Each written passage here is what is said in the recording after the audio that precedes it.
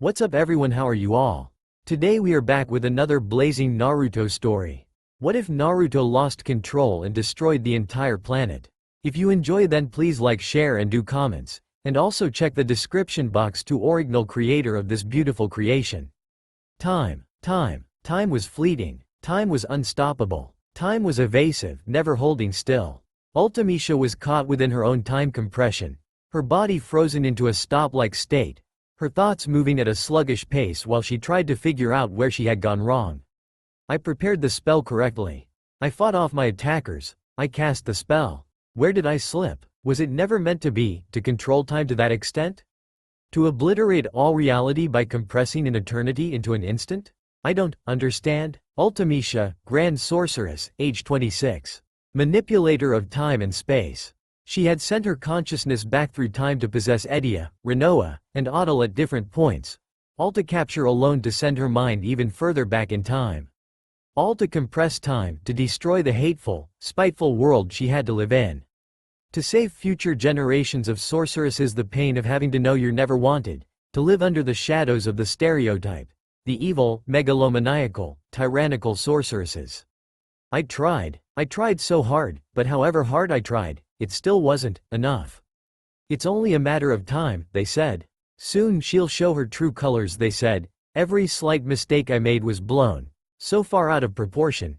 Had to adopt a fake accent and identity just to save my sanity.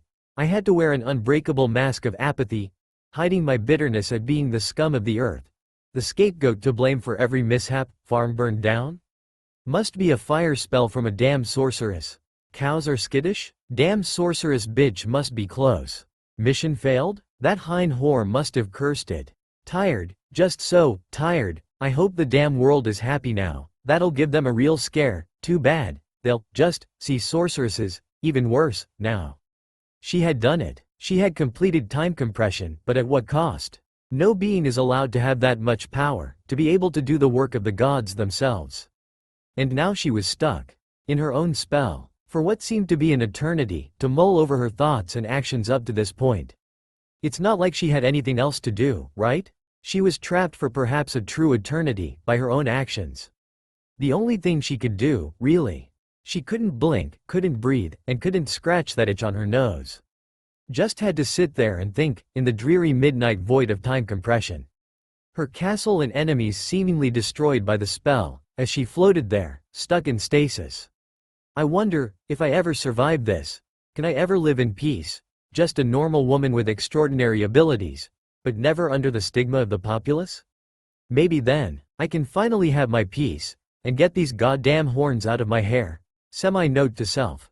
Horns are not a good accessory. Neither is this dress. Next note. Use powers in selfish ways to change my appearance, if I ever get out of this thing. Her thoughts of how to create a decent, non-whorish appearance was interrupted by an odd sensation. At first it started as a slight twisting feeling in her chest, which quickly escalated into an all-out tearing sensation. Pins and needles couldn't describe the feeling.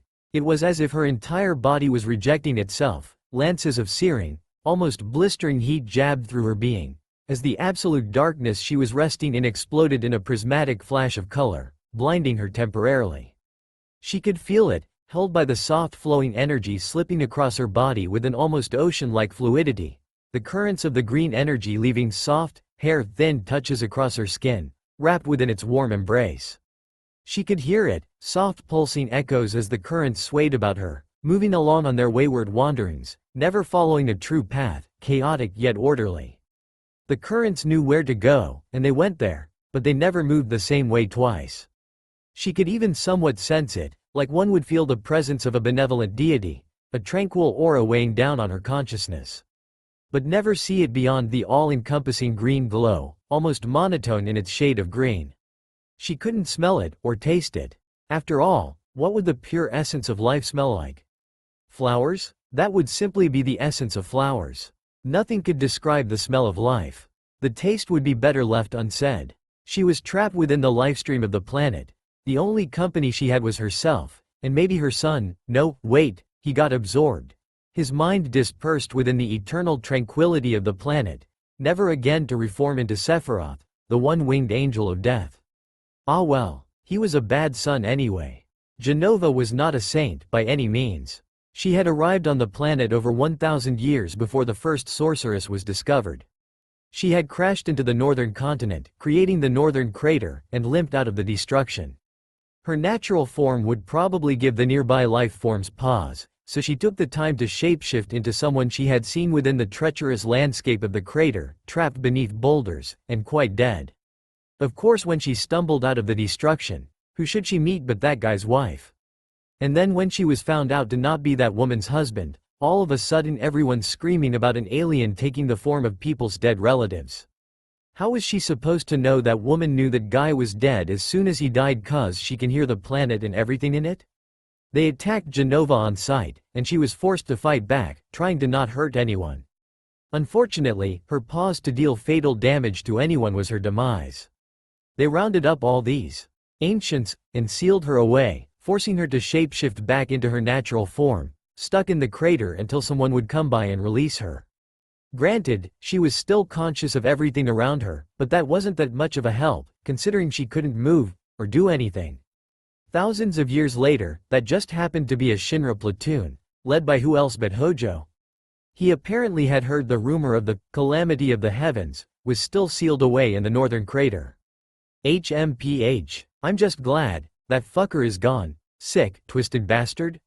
I wish I could have killed him, but no, he took some of my cells and injected them into a goddamn fetus. Disgusting fuck.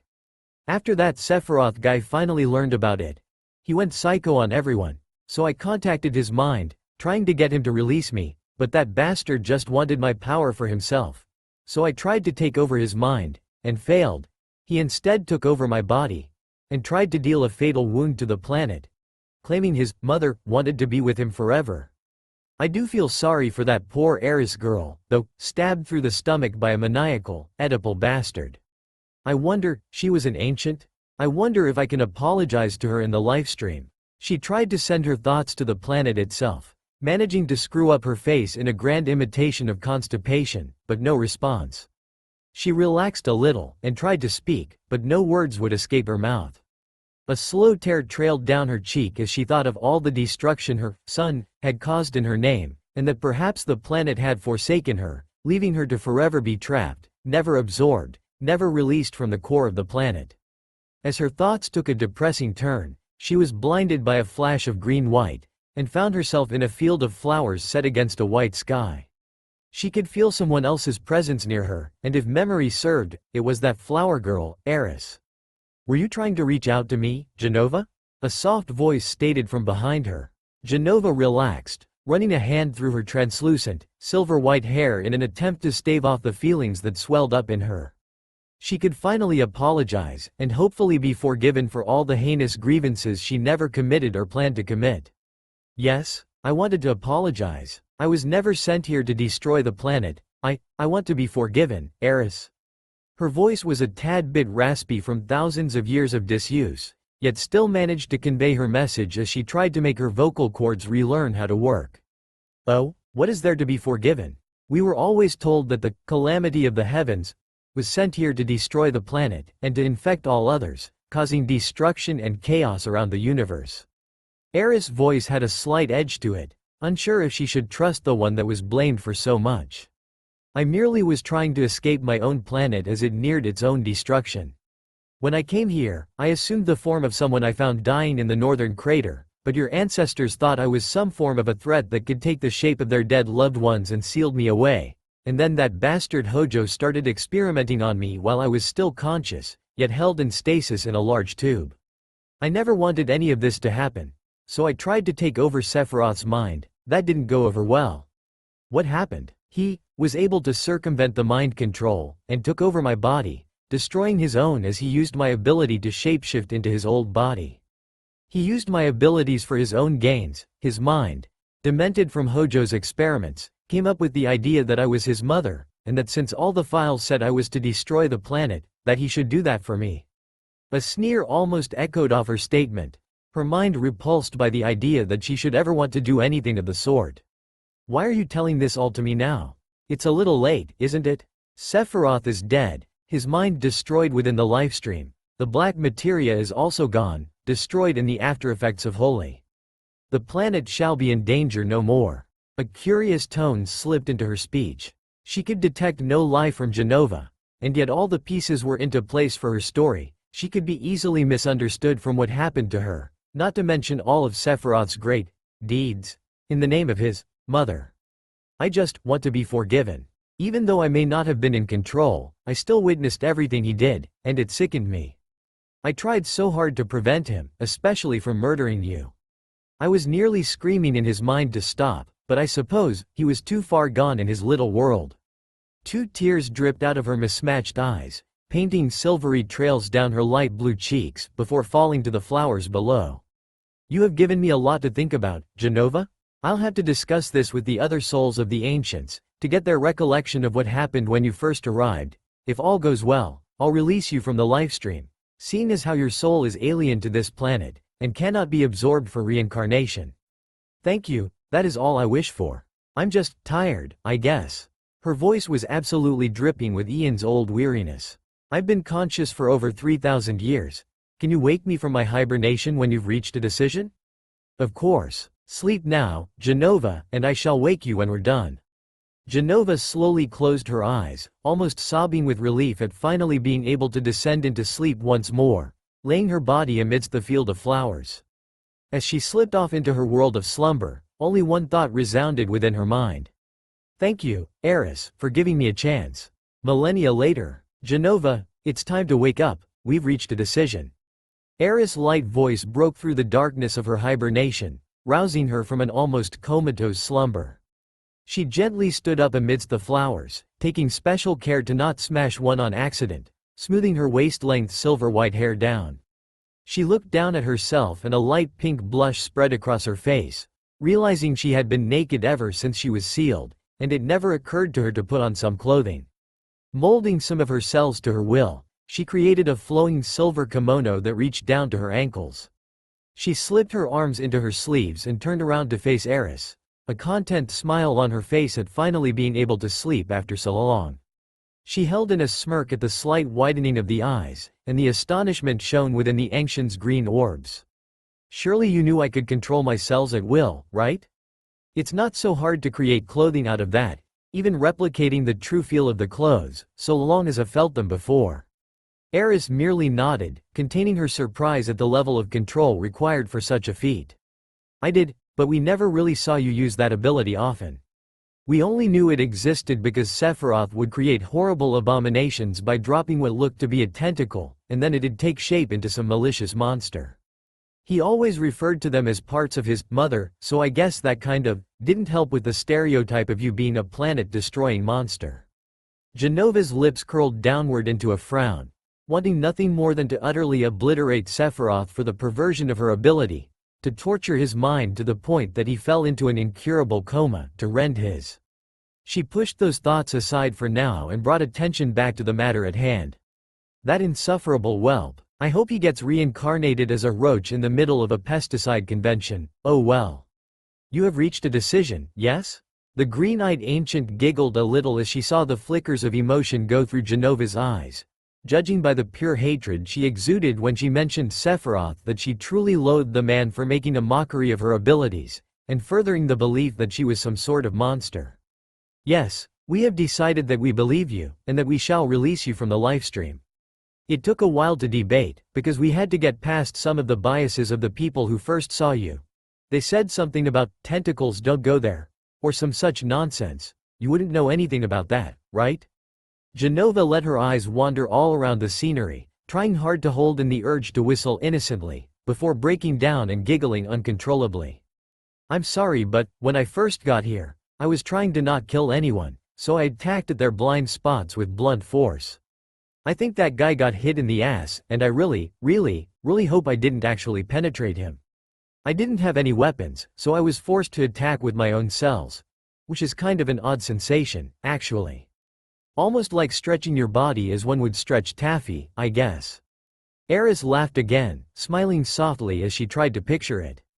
Yes, I suppose that might have been their own fault for attacking you. Either way, we've decided that you're trustworthy to live on the surface without going on a planet-destroying binge. Unfortunately, we'll never be able to reincarnate you, seeing as how your soul is so different from the souls within the lifestream, so you'll basically be immortal, and should you ever get nearly killed, you'll be brought here to recover before being released again. Unfortunately, since you first came here, the planet has changed quite a bit on the outside. There's only one large continent now, which they call the elemental countries. The only area we'll be able to release you in would be Fire Country. Is that alright with you? Genova tapped an elegant, clawed fingertip against her chin, deep in thought about having to explore the world to see how much it had changed since her last stay, before responding with a twinge of wanderlust within her voice. It actually seems quite fine to me. Will anyone remember the calamity of the heavens, and persecute me for it? The ancient smiled disarmingly, gently setting a hand on Genova's shoulder to calm her. Don't worry. After a combination of meteor almost being summoned, multiple wars, and the latest event of time compression which reconstructed almost all of the planet's surface, as well as obliterating all technology as they knew it, there would be no one alive that would remember anything. Most of the humans are busy relearning magic, but they have changed the dynamic of it sort of. They channeled their energy not through materia, but through different hand gestures they call hand seals to recreate the effects of some of the magic that was lost. The blue-skinned woman grinned wide, showing off her perfect set of teeth. I think I'll like the planet just the way it is right now. I promise I won't mess around with it too much. Who knows? I might find a successor to my name and abilities out there, if they're deemed worthy enough. If they were born human in the first place, then they might also become nigh immortal like myself, so I'll have to warn them of that before I take action. Wouldn't want someone else to suffer like myself for forgetting that. Eris' lips twitched upward in a serene smile, her eyes sparkling mischievously as she prepared to defy one of the principal rules of the planet. Are you ready to go back, Genova? Yes. With that one word, the field of flowers disappeared in a green flash, the planet crying out with the effort to expel the alien from the depths of its core. Earthquakes rumbled in the location with the deepest crevice, the area where Genova was about to re-emerge. The lifestream surged upwards from there, the green liquid pooling out of the crack in the planet's exterior, carrying with it an ecstatic blue woman. Ultimisha surged to her feet, looking around the area in which she found herself. Coughing heavily with the intake of air she felt deprived of for so long, she wobbled her way to the cave wall, pressing a hand to it as she tried hard to recollect what happened. If I remember correctly, she mumbled to herself as her voice strained to work after what seemed an eternity of disuse. I felt like I was being torn apart, then that flash, where am I? When am I? Her thoughts were derailed when she realized she was not alone in the cave. A low growling sound was all that warned her of the impending attack before 5 large claws slashed at where she had been moments before. Only her instinct saved her by forcing her to phase through the wall and appear on top of her attacker. Fur. Lots and lots of blood-red fur. Soft, to be sure, but definitely not reflecting on the temperament of whatever it was connected to. She looked behind her to see 9 thick tails swaying back and forth, almost chaotically, and behind that an inky blackness, as if the cave had no end. She looked forward to see the exit of the cave, the sky a bruised purple-blue, denoting twilight. A deep rumbling sound emitted from further in the cave, startling her and the creature she was seated atop of. A deep green glow spread from the void behind her, brightening gradually until it became a bright light, blinding the creature as it looked back to search for the source of the cracking and groaning of the earth around it. A deep, anguished cry emitted from deep in the cave, as if the force to create that green glow was causing great pain to it. Before long the cave was flooded with bright green tidal wave of liquid, shoving the creature and its rider out of the cave with a deep roar, managing to drench the bottom half of the colossal creature. A soft thump was heard next to Ultimisha, as the rider on the radioactive green wave of doom, patent pending, landed next to her on the massive 9-tailed creature.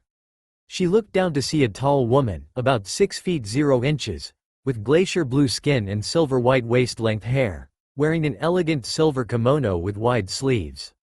The woman was splayed out against the blood-red fur of the creature, and seemed to wake from a slumber as Ultimisha stared at her. NNGH, never again, am I asking to be rejected out of the planet. That thing screams too loud, the woman mumbled, rolling onto her back and opening her eyes. Ultimisha was startled at first, looking at a piercing red eye, that seemed to glow with a light of its own, matched with a softly glowing green eye as they stared at her. An elegant white eyebrow rose in obvious question of seeing someone so soon of waking up, but before the question could be asked, a tremendous roar of agony split the sky, the nine-tailed red behemoth shaking violently in obvious pain. Ultimecia and Genova, as Ultimecia would later learn her name was, clung onto the back of the animal as it seemed to roar in pure torture, sprinting out of the cave, weaving side to side and destroying the landscape, a victim of extreme Mako poisoning from the wave of the lifestream that soaked it. A few hours and a few introductions made at high speeds on a lumbering, agony-stricken nine-tailed fox. Later, Genova and Ultimecia were still holding onto the Kyuubi as it sprinted with a large village as its target, seemingly dead set on its destruction. As they drew nearer, a large poof of smoke appeared, and a blond man holding an equally blond child on top of a gargantuan toad hopped into the direct path of the giant fox. The man whispered a few words, going through odd hand gestures faster than the eye could normally follow, and then both Genova and Ultimecia felt an odd tugging sensation, before they spiraled along with the fox, into an intricate seal array on the blonde baby's stomach. They awoke a few hours later, and put the soul of the fox out of its misery since it was completely beyond the help of the sorceress and the alien. Ultimecia finally got to fix her fashion disaster, using her sorcery to reconstruct her red dress, if that article of clothing could be called such, into a flowing midnight black gown that more properly covered her body, ending just short of the ankles. She altered her hair, removing the odd horn ornaments, and let her metallic silver hair fall down to the middle of her back, the two strands of hair on either side of her face falling down the front of her chest, ending just short of her stomach. She looked over to Genova and saw her wary gaze, her eyebrow raised in silent question of the feat performed by Ultimecia, causing the sorceress to grin and use her magic to create a pair of large, comfy chairs, beckoning the alien to sit down across from her. The two sat down to talk within the confines of a large cage, connected to a veritable labyrinth of sewer tunnels. Life stories were exchanged, powers discussed, and conjectures about their location were drawn. They studied the seal array that bound them from within the dank cell, learning that they need to wait for their container to approach them before they could work anything out, so they sat back down in the chairs, and Ultimecia conjured a 60 inches monitor screen to see through the container's eyes, and allowed them to also hear what was going on. They would be trapped in this state, watching through the child's eyes, powerless to help him for years to come, before they were finally able to meet him. Meeting the calamity of the heavens and the compressor of time. It was a grand afternoon in Konohagakure, the village hidden in the leaves. The sun was shining brightly on all the joyous people. The birds were singing in a heavenly choir of the joys of life. There was a bloodthirsty mob of ninjas and civilians trying to capture a 4-year-old child to rip him limb from limb. Naruto was currently running for his life through the winding streets of Konoha, stumbling on rocks, cats, and the occasional party favor. His clothes were dirty and nearly ripped to shreds, his usually golden skin turned a grimy brown from lack of showers. No whisker marks or other outward signs of the Jinchuriki. There isn't a Kyuubi to influence that. All in all, he looked like a hobo. And he was currently sprinting as fast as his short little 4-year-old legs could carry him away from the mob, trying to escape the cries of, "Kill the demon. This is for my family," and finish what the Yondaime started. All in all, a regular birthday for Naruto. He continued running as fast as he could, almost thanking the citizens for their persistence in running after him that gave him such great stamina and running speed over his short lifespan. Unfortunately, all good things come to an end, just as his escape was brutally cut off by a chunin dropping from the rooftops in front of him, kunai in hand. The man's face was twisted in his hatred. You could almost wonder why he didn't start slobbering and growling. "You're not getting away this time, demon brat." Naruto simply tried to sidestep him and go around. It was pointless to argue with them. It never made anything better, it just made it worse. His escape plan was cut off by the kunai hitting him in the back of his thigh, forcing him to the ground, and unable to escape. He pulled the kunai out of his leg, tossing it to the side as he ran down an alleyway, the chunin not far behind, until he hit a dead end. He could almost sob in despair, his only escape cut off with a mob following him. He ran to the corner in the alleyway and curled up in a tiny ball, hoping that the added protection would save him from death. Kunai were stabbed, shuriken were thrown, boards with nails on them were swung, lead pipes were smashed down, and all other implements of doom descended on the poor child. Ribs were broken, his skin impaled by the kunai and shuriken, and large lacerations were ripped by the nails. Through it all, he didn't say a word, just let tears stream down his cheeks in a never-ending flow. Why always me? I never did anything, was his last thought before he lost consciousness, slipping into the embrace of the void to escape the pain. He stirred, wondering why his back and legs were wet. It wasn't the first time he'd wake up in an area not near where he was caught by the mob, but this would be the first time he woke up wet. His sky-blue eyes fluttered before opening slowly, just a sliver at first to judge the area safe or not. He realized he was in a dank sewer, the ceiling almost crumbling, the walls yellowed with decay, and the water up about 6 inches deep. Strangely, though, the water didn't smell like anything. It was clear, almost as if it were pure. He checked his body and noted that, regardless of the fact that his clothes have new tears from the weapons, he still didn't have a scar or an injury. He sighed a bit, and decided to find out where the tunnels go. Left turn, right turn, left turn, left turn.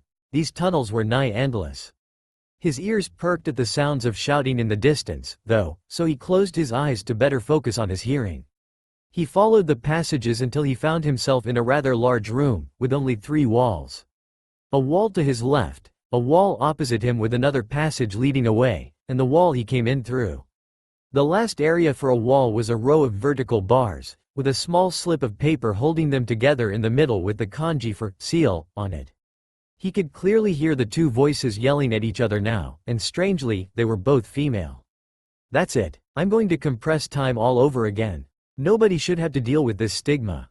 The first voice seemed to be in her mid-20s to early 30s, showing her calculating nature. It was almost an apathetic tone, with a rather large hint of annoyance showing through at the moment.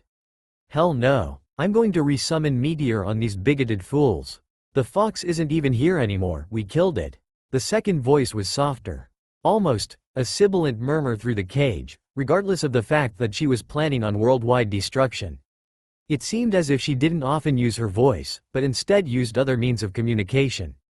Naruto slowly walked up to the bars and peered inside, but what he saw surprised him. A woman, about 5 feet 8 inches tall with an almost metallic shade of silver hair was standing up, her face sneering at a large monitor in front of her. On her back were 2 feathery black angel wings, with her hair falling neatly in between them down to her lower back. Her fists were balled in fury, dark purple energy glowing around them with an audible hum of power. Her eyes were flashing a bright golden, with dark purple zigzag tattoos spread from her hairline down to her eyes, and the edges of her mouth. She was wearing a maroon gown with wide sleeves, the edges floating an inch or 2 off the water as she hovered in the air without using her wings. The second woman was taller, about 6 feet 0 inches, with flowing, translucent, white-silver hair that reached down to her waist. She had, strangely, one softly glowing ocean green eye and one brightly glowing crimson eye. Her teeth were bared at the same monitor, showing off her elongated canines.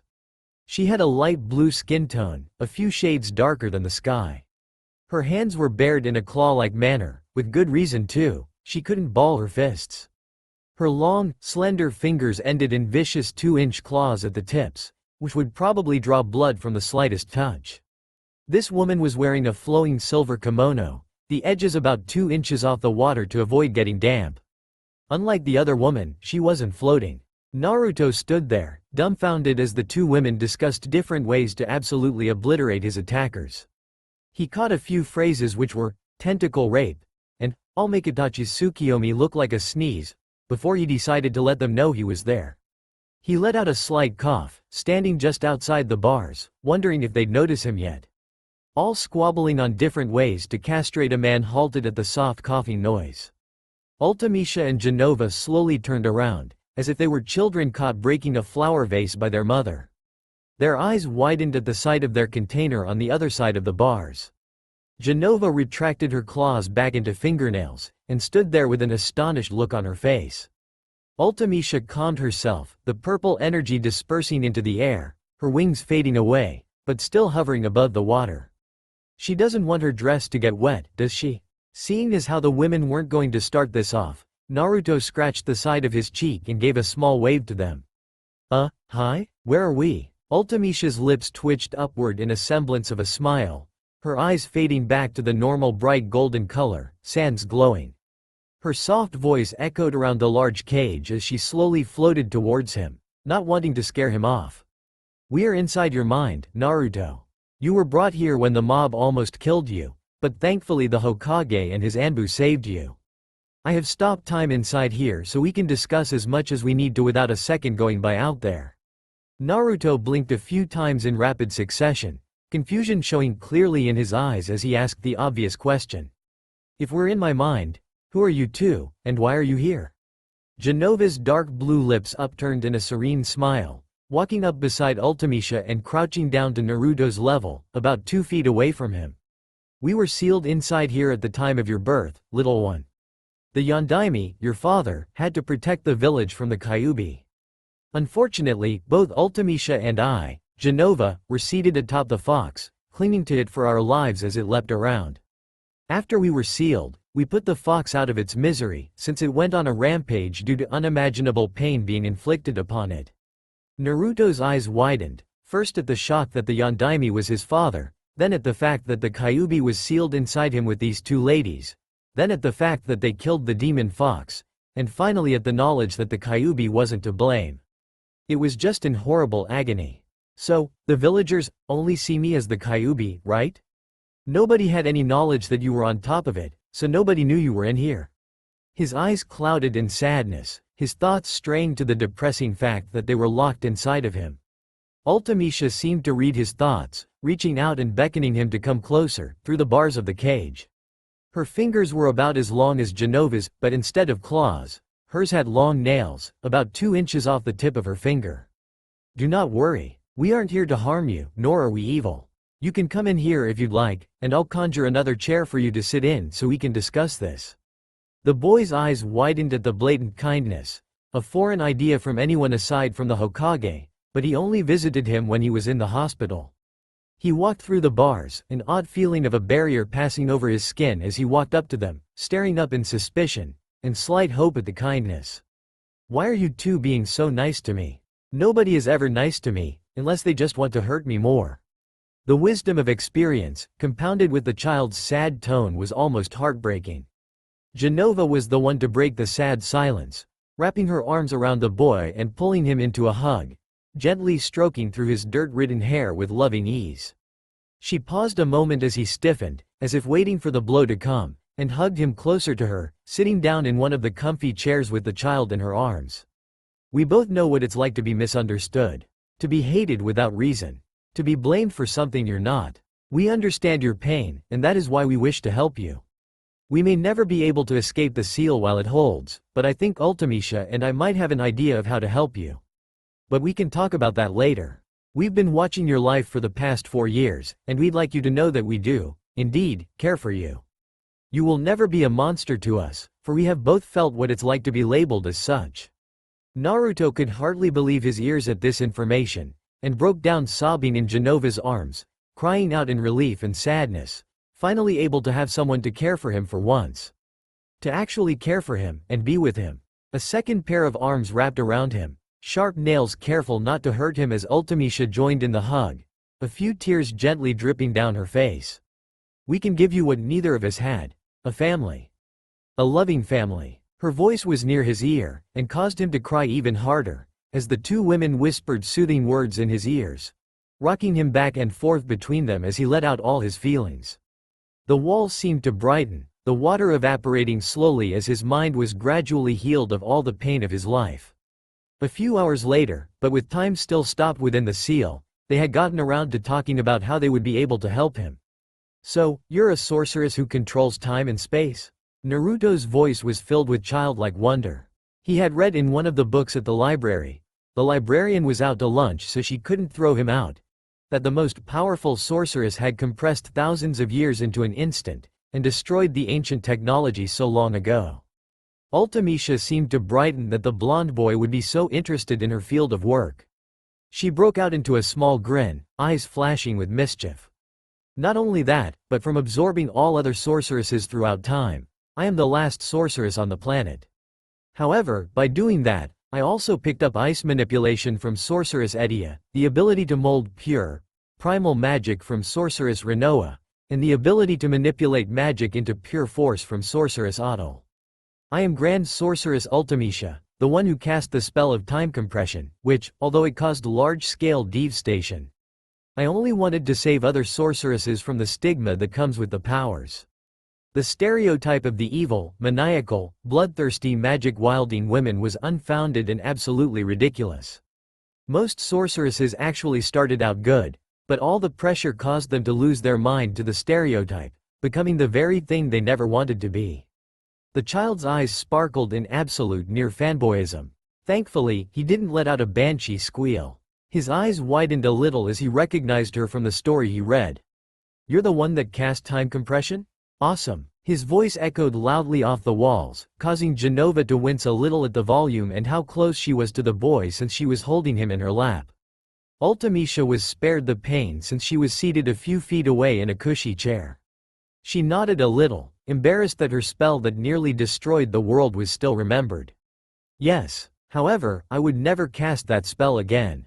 Not only was I caught in my own spell for what seemed an eternity, but I killed a lot of innocent people. The ends never justify the means. That is something I learned when held within time compression. Her voice had a hint of pure sadness and regret in it, clearly not wanting to think about all the lives she ended with that one spell.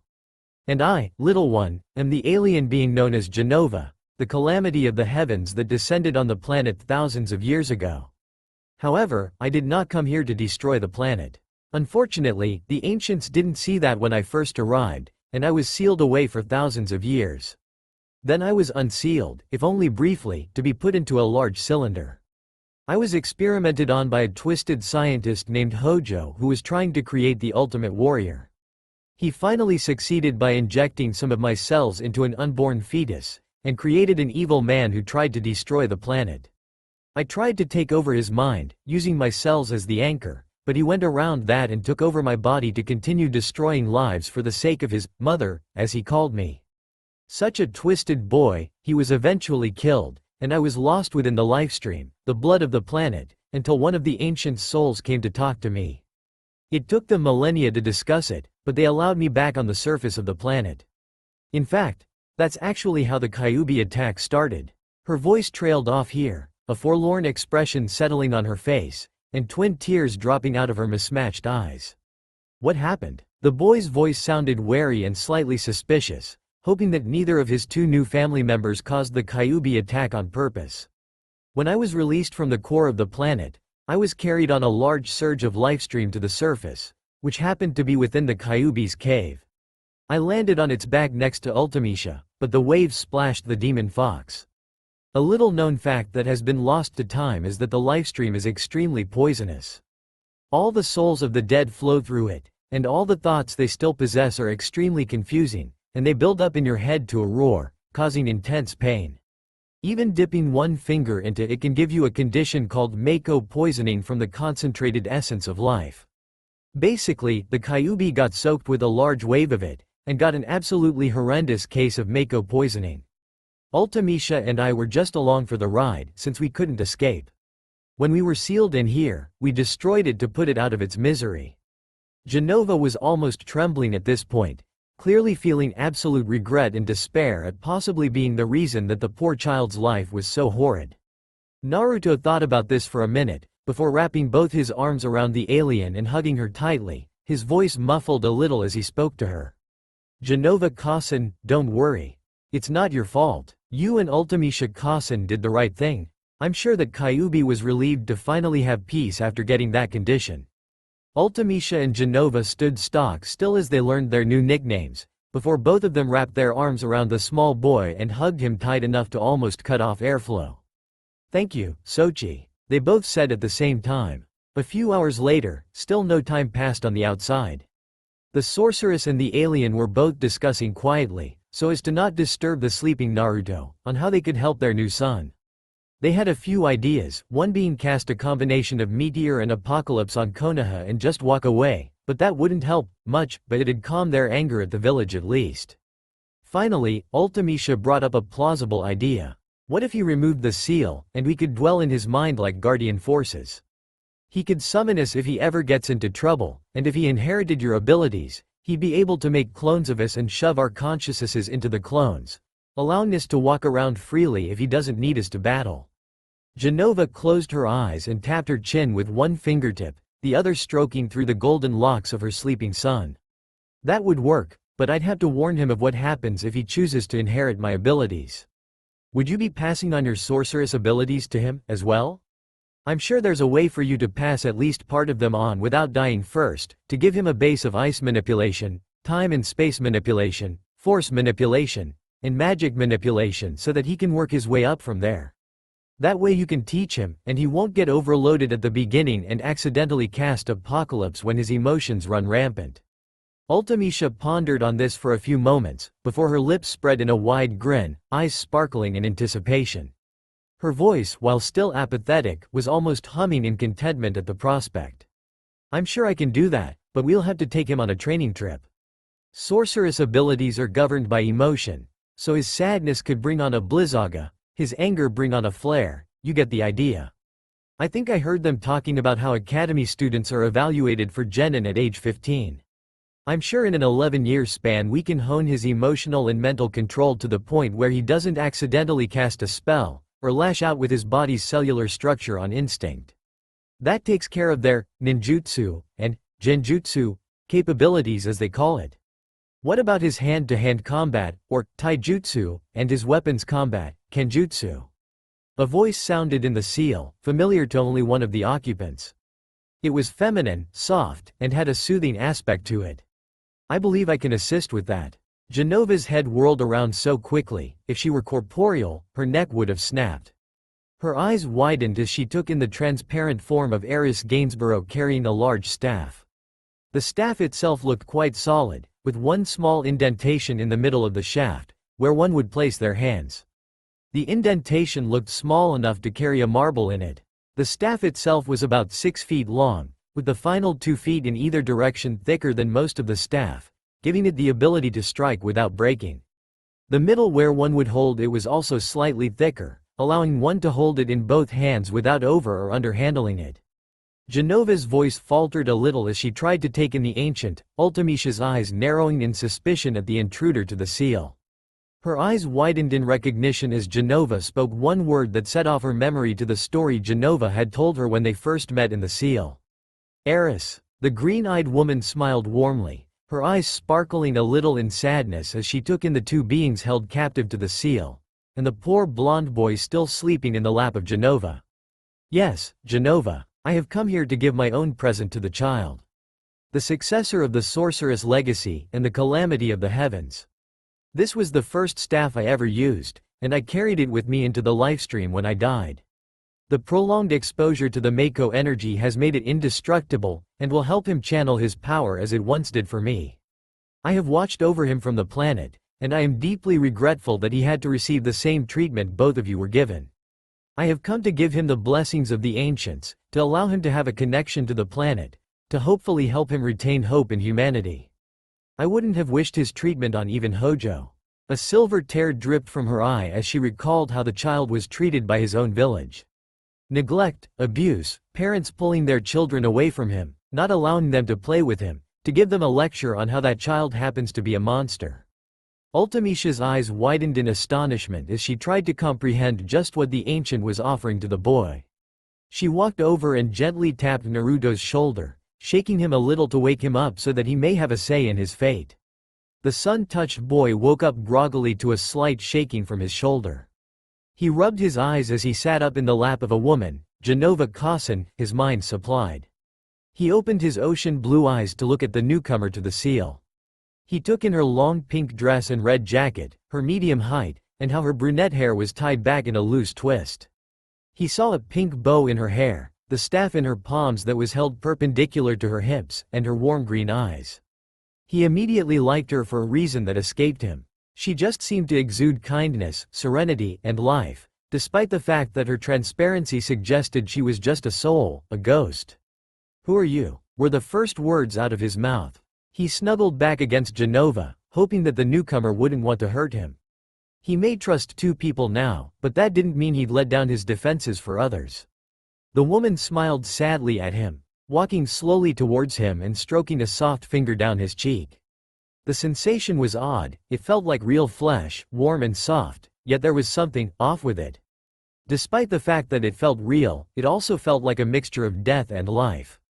Quite a conundrum. A ghost that exudes life. Her voice was soft and soothing, immediately putting his mind at ease that she was, indeed, a friendly woman. My name is Eris Gainsborough. I am an ancient of the planet, one who tends to the planet, heals it if it should be hurt. I am a protector, a healer.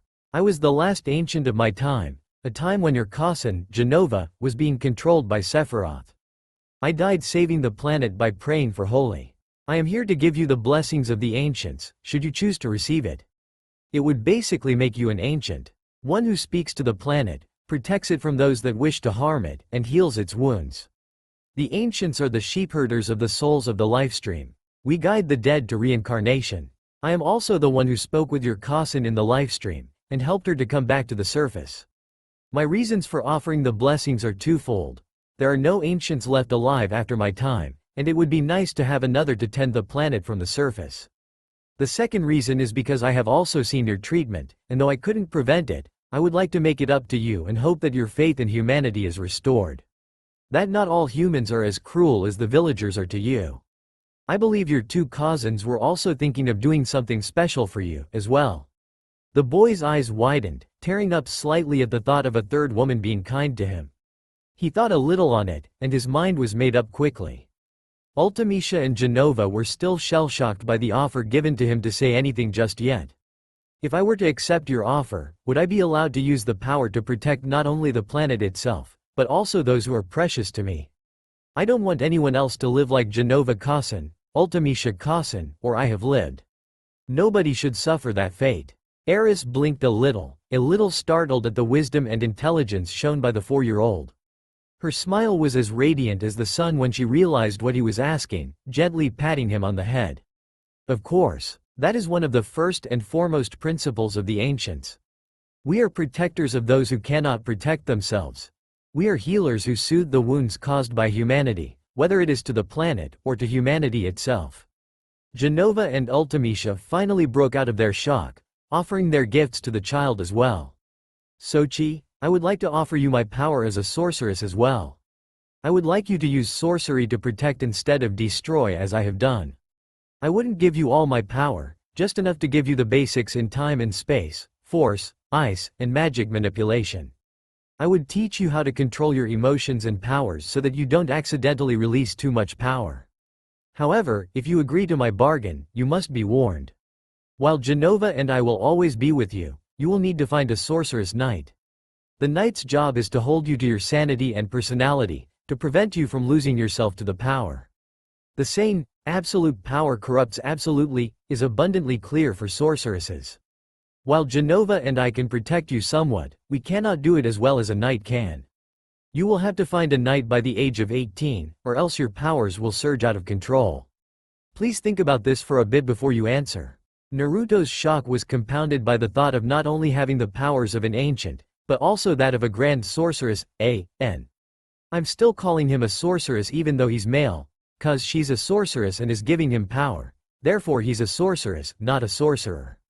Plus it's funny. Genova's voice brought him out of his shock, only to thrust him back into it once he realized what she was offering as well. Little one, I, too, would like you to carry on my legacy.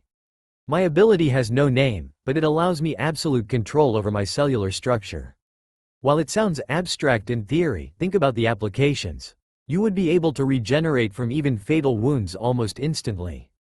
You would be able to melt yourself into a puddle of liquid, or freeze yourself into a block.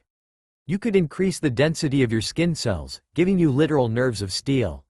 You would even be able to constantly move your organs around in your body, so that nobody would ever be able to predict where your vulnerable areas were.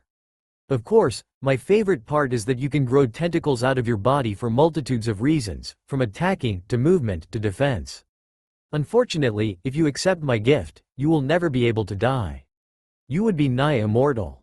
To change your cells to be like my cells makes them unnatural to the lifestream, so you would never be able to be absorbed. If you were fatally wounded, even with my abilities, you would be dragged into the core of the planet to heal, before being rejected due to the alien nature of your body structure. With all three of these gifts sitting in front of him, the poor 4-year-old child did the only thing he could: faint. His eyes rolled back into his head, and he passed out in the lap of Genova, startling all three women before they burst out giggling at his predicament.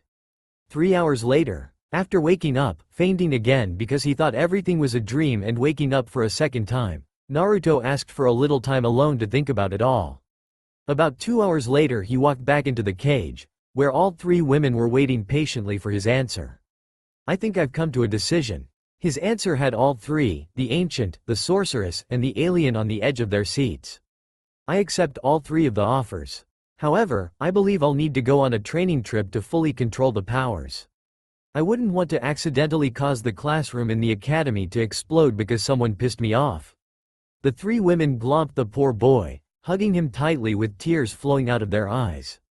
They were so overjoyed that he accepted the proposition that they didn't realize they were cutting off his air supply until he choked out a sentence. "Can't breathe, air, needed?" All three hopped off, blushing a little. Eris held out her staff to the boy, who took it with a slight bit of confusion in his eyes.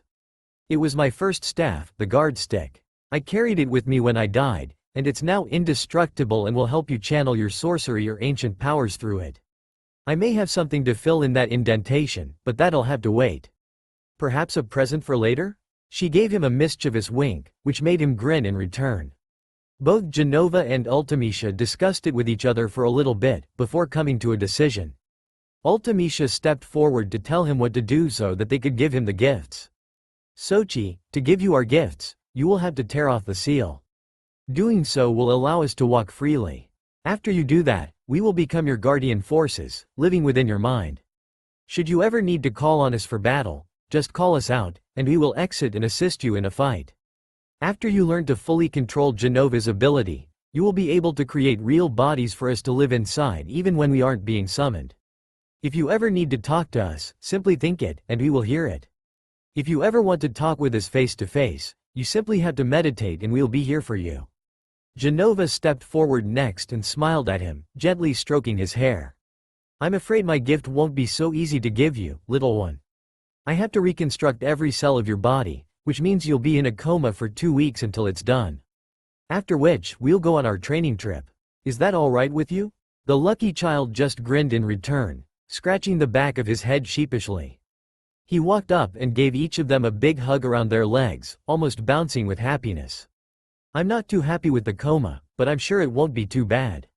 Can I stay here with you and Ultimecia while I'm in the coma? And how will Eris help me train? Isn't she needed in the livestream to keep the souls going smoothly?" The question caught the ancient off guard. She had forgotten that she was required to go back soon, so she pondered on it for a few moments before coming up with a solution. "I can leave you scrolls on the different abilities and techniques the ancients use. I'm sure you'll be able to read soon, so once you can practice all you need. I'll come back on your 15th birthday to give you the final gifts I have for you." The boy smiled and gave the ancient another hug, nuzzling his face a little into the fabric of her pink dress. "That sounds great. I'll miss you, though, Eris." The girl simply picked up the child and hugged him close to her, gently patting the back of his head. "Don't worry, I'll always be with you.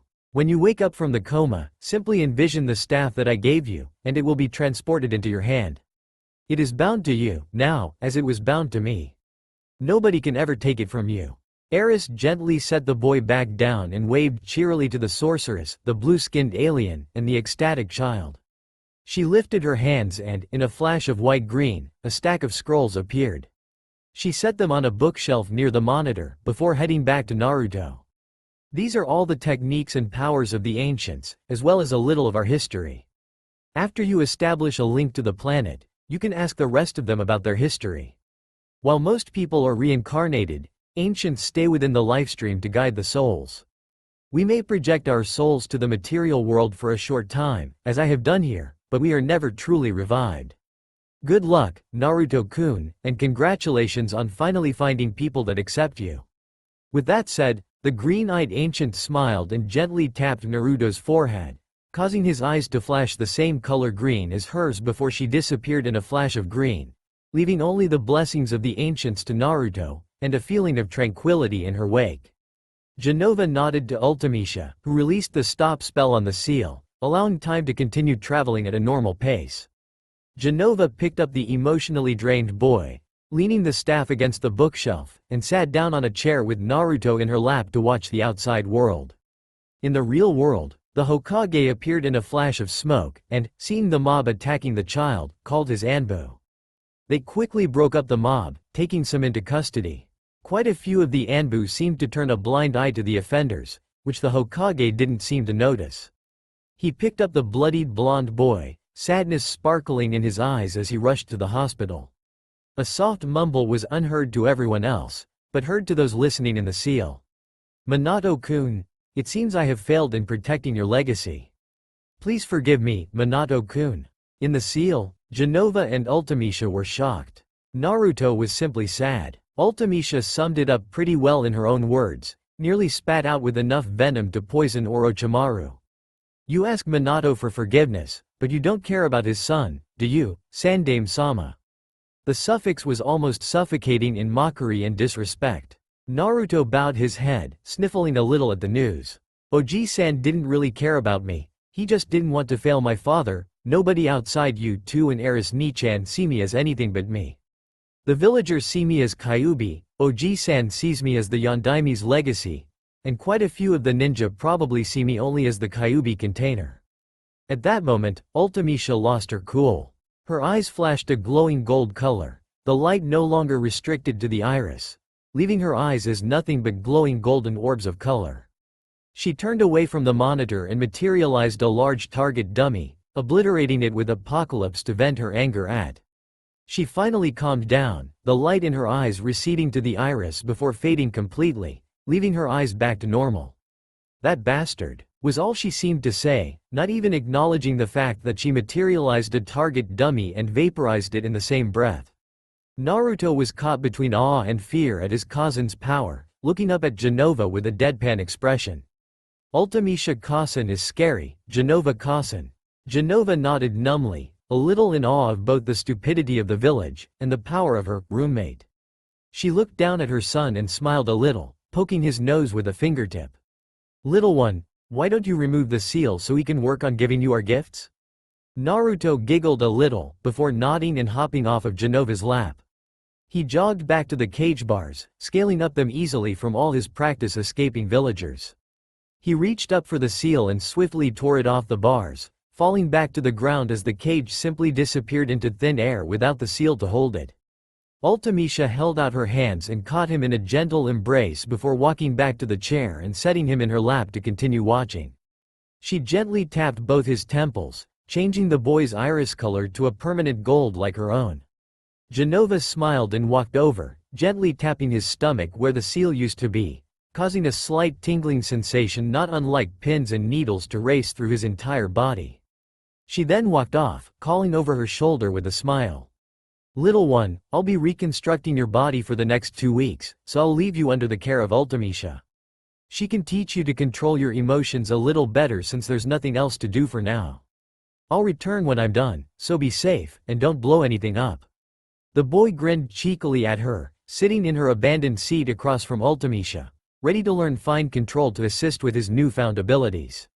Real world, the Hokage had walked into the hospital room dedicated to Naruto, only to see no sign of the boy.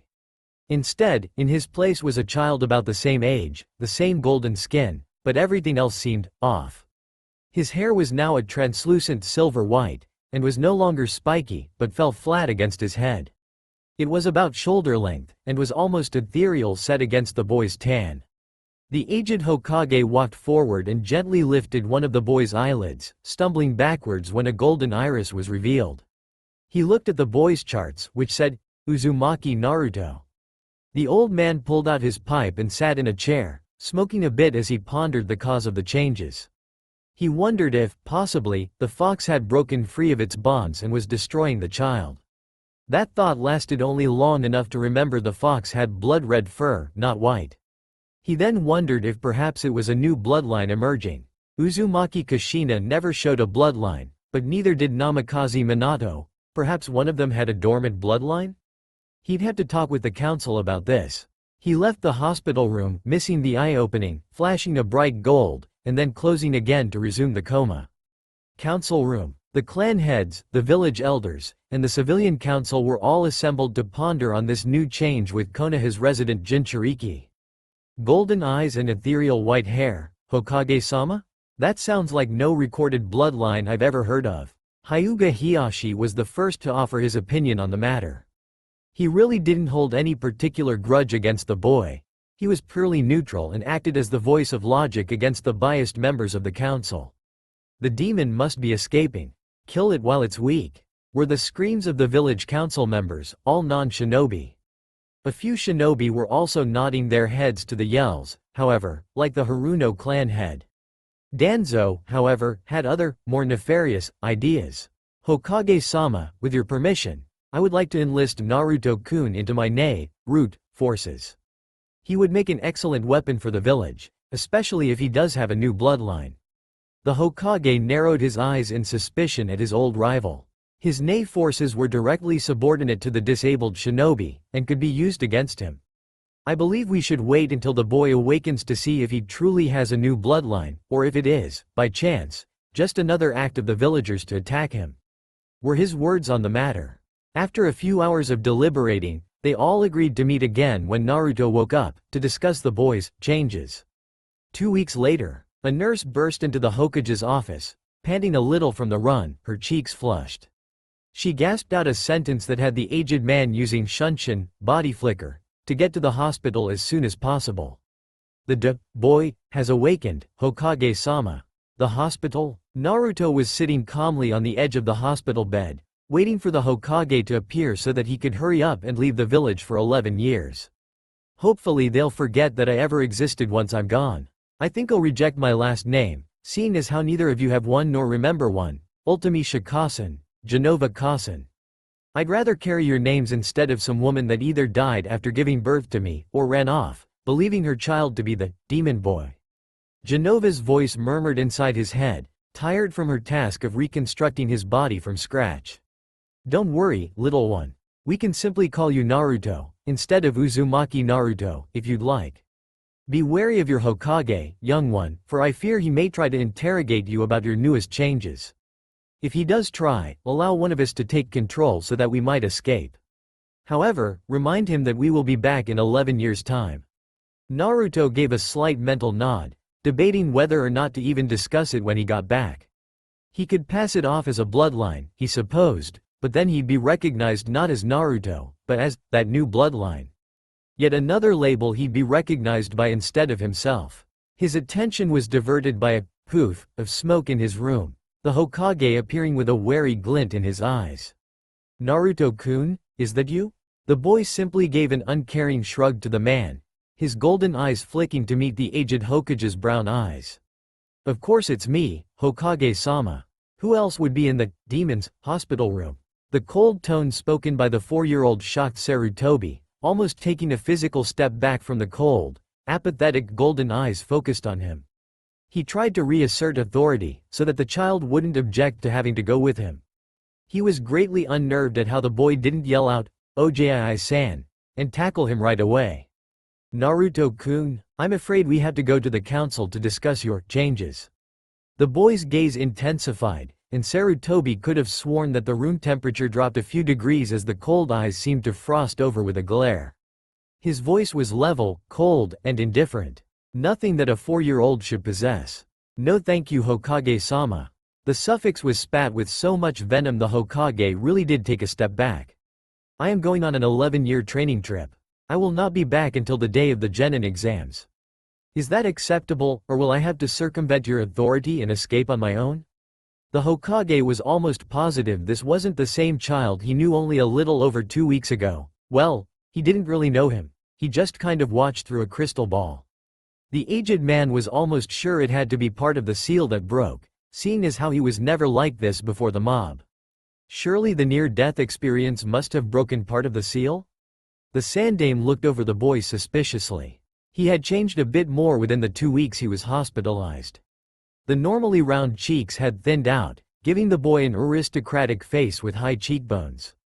The ethereal white silver hair was even longer, stopping just below his shoulder blades, with 2 locks falling on either side of his face and just past his chin.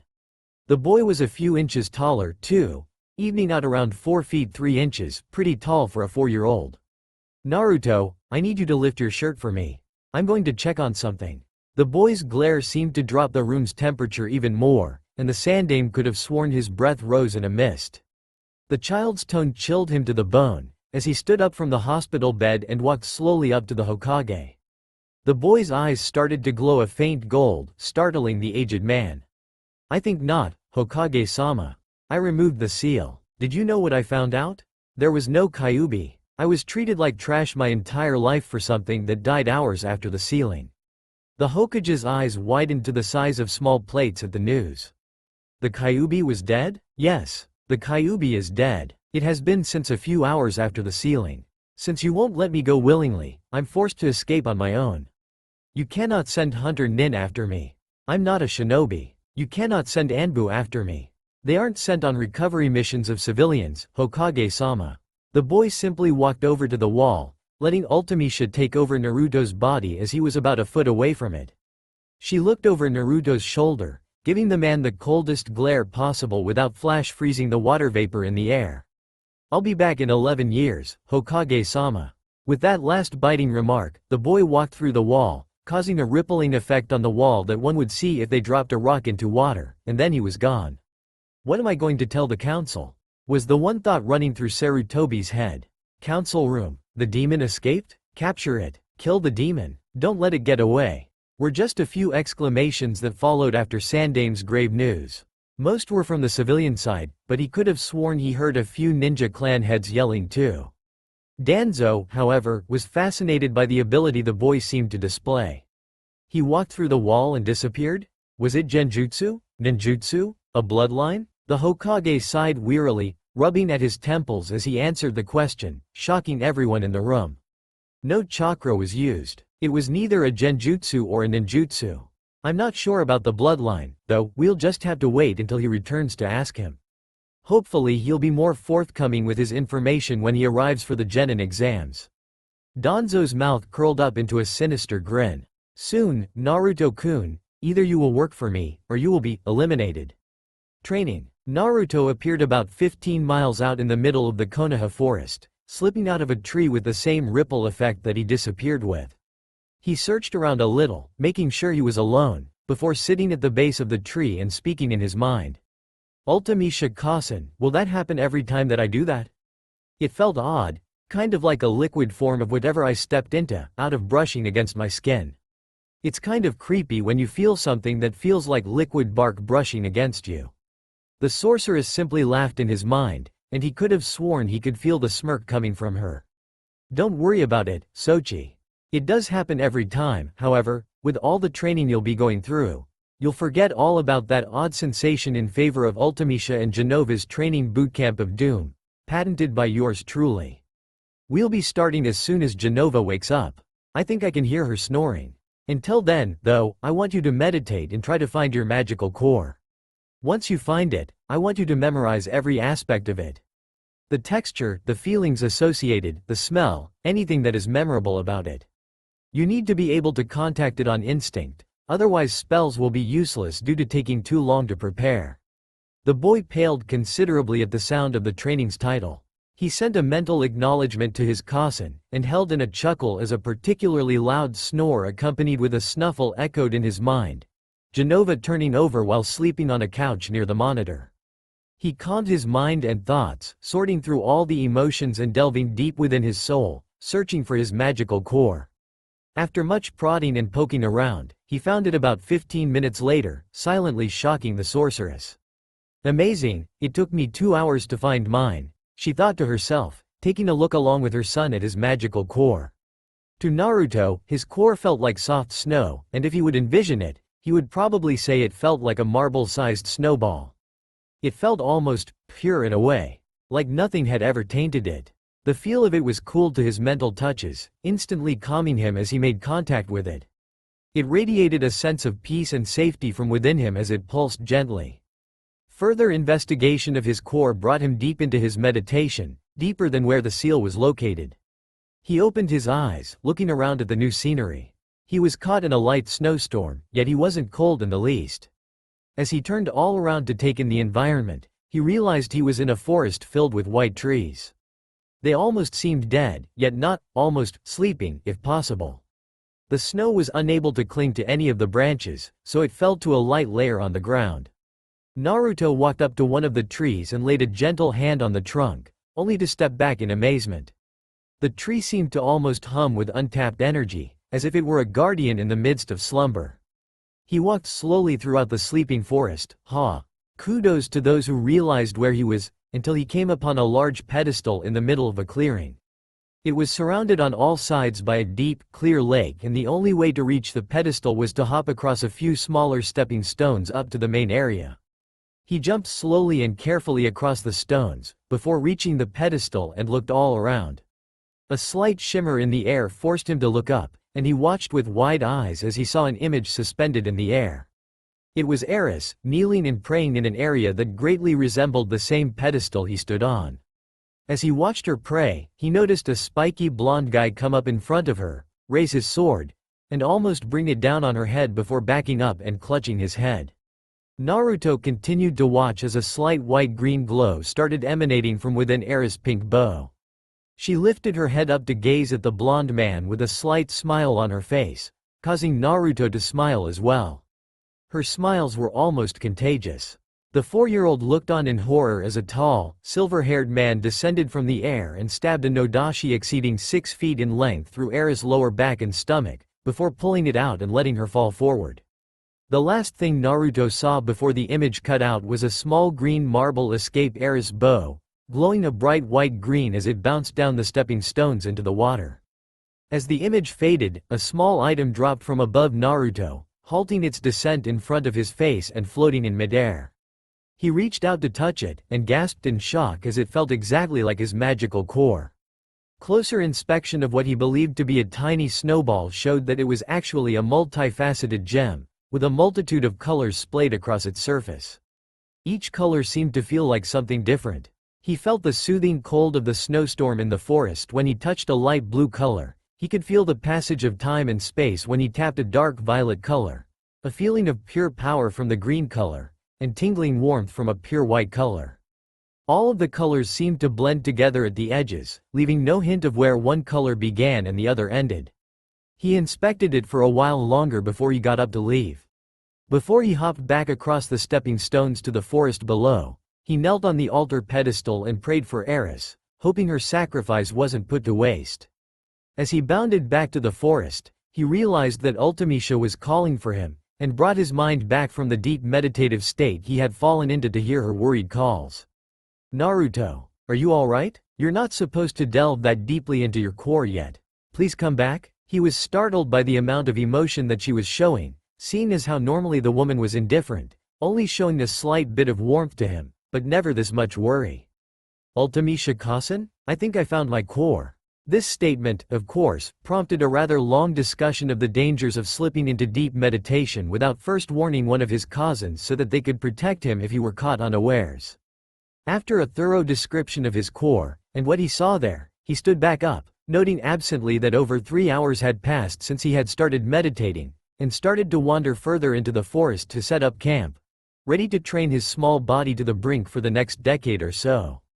The next day, after waking up, collecting some fruits and berries that were deemed non-poisonous by both his cousins, and washing up, Naruto was ready for the training. They decided that his training with Ultimecia would start first, starting with learning how to read fluently while tapping into the energies of each facet of his core. While Genova and I start teaching you how to read, I want you to focus on our task while using your subconscious to pull small tendrils of power from each facet of your core, one by one. Really small tendrils. Think hair thin. Let the hellish control exercises commence. 1 month later, Naruto had learned how to read quite fluently and was now studying the scrolls that Eris had left him. While doing so, he was doing the next step of Ultimecia's control exercises. Punch a tree, and hit every single leaf that falls with a tendril of power, alternating between time and space, ice, force, and pure magic. The poor leaves were in for quite a rough day, though their reactions to the magic were quite interesting. The ones tapped with the time and space tendrils would slow down or hasten their descent.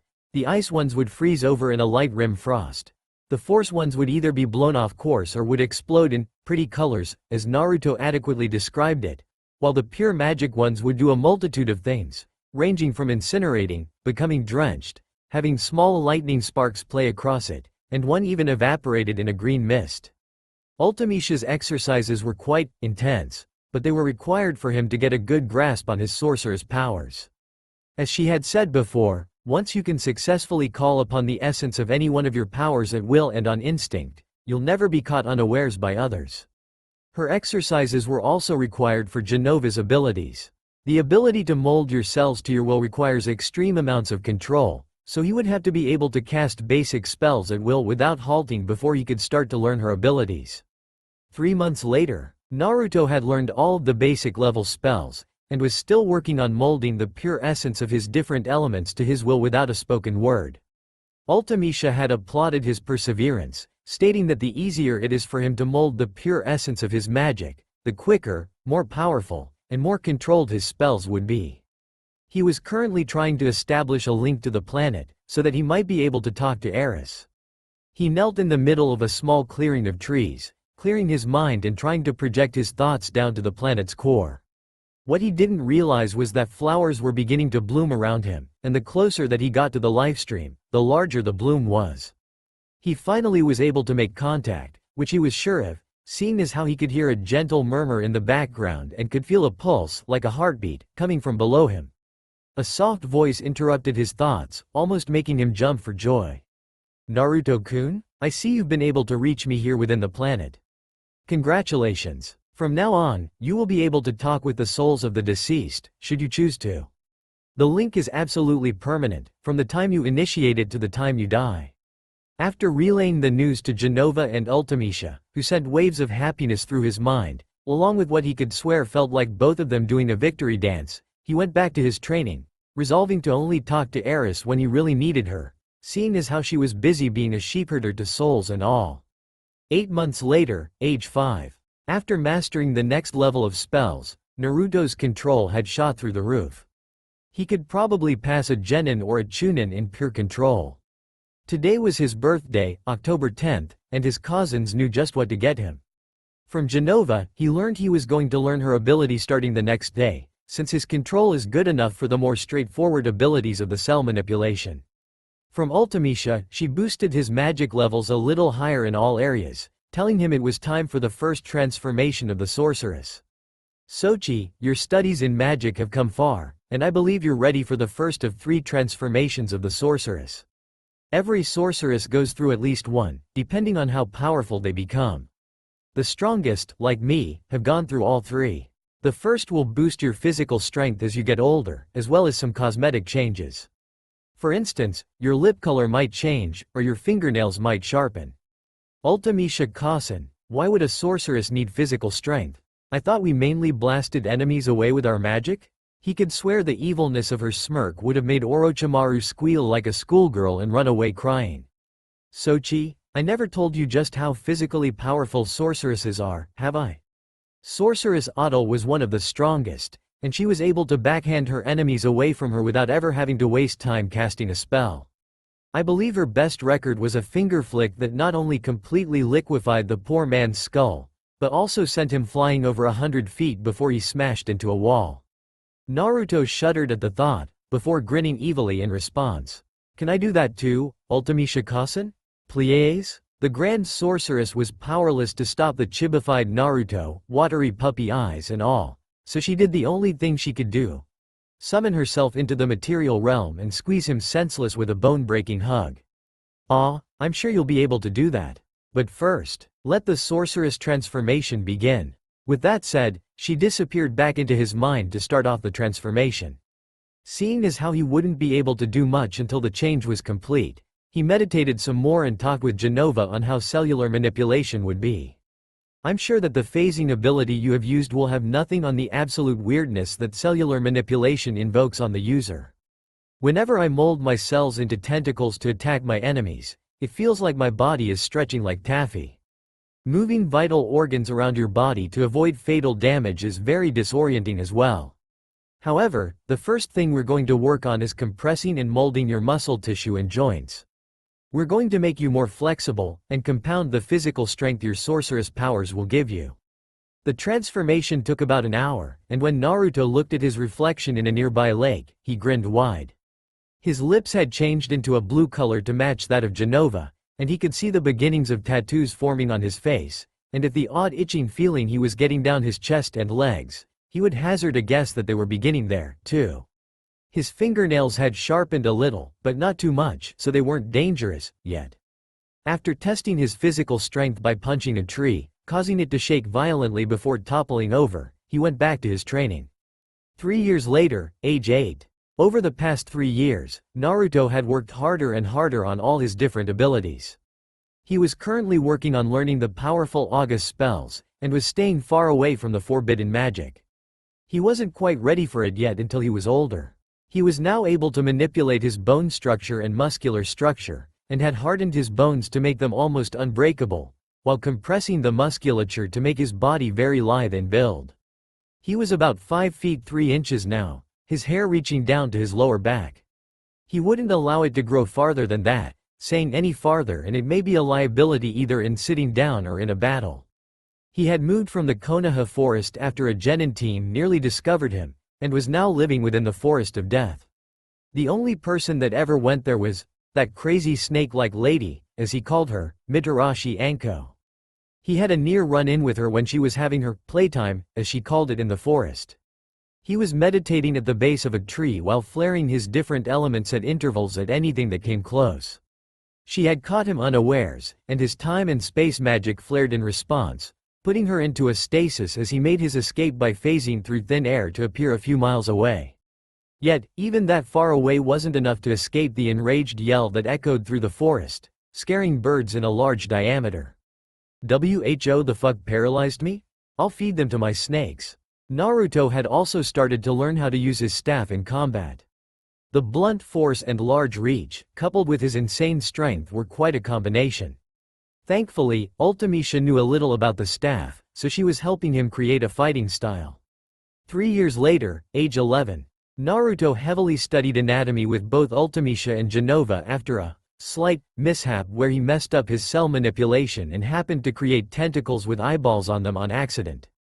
Genova thought it was interesting, and thought it might help in combat if he could find a way to make sure the eyeball wouldn't be a weakness, seeing as how the sensitivity would be a crippling failure. He had studied the human body in such great detail to the point where he could hit a target from 50 feet away, in the center of the bull's eye with an ice senbon with a 100% accuracy rate. He was applying his knowledge of anatomy to further his control in his healing abilities, as well as his destructive capabilities.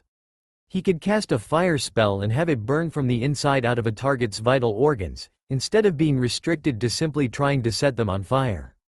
He was able to replicate Era's healing wind ability, if only barely. It really wasn't for combat, unlike hers. He would flow the healing aspect of his primal magic affinity through a weak wind current, and bend the wind to his will to make sure every part of the body was healed equally. He also recreated her breath of the earth ability, supercharging his hands with healing magic and sending shock waves through the body to burn away all negative effects. Unfortunately, it was a rather jarring process to the body, and the person would have to spend a day in bed for their immune system to stabilize from going from sick mode to absolutely fine mode. He was making great strides in his time and space magic, being able to adjust the stop spell to recreate Era's seal evil ability. He would weave a web with one, binding the full body with it, while he compressed a second stop spell that would halt the vocal cords from working for a longer time than the first stop would hold, effectively negating any calls for help. His force magic was coming along well. He was careful to stay away from the highly destructive flare spell, and was working on applying force as a barrier, something that Otto never thought about. He was currently able to create a moderately powerful protect spell, able to stop falling trees, thrown kunai, or as he recently found out, a cat named Tora on a warpath. That last one was severely straining the power of the spell, though, so he had to escape before the cat could break through. His primal magic manipulation was also coming along well, able to cast the August spells about 3 times a day before they tired him out. He was currently working on a theory with Ultimisha on the possibility of compressing them into a smaller area to increase the devastation against a single target.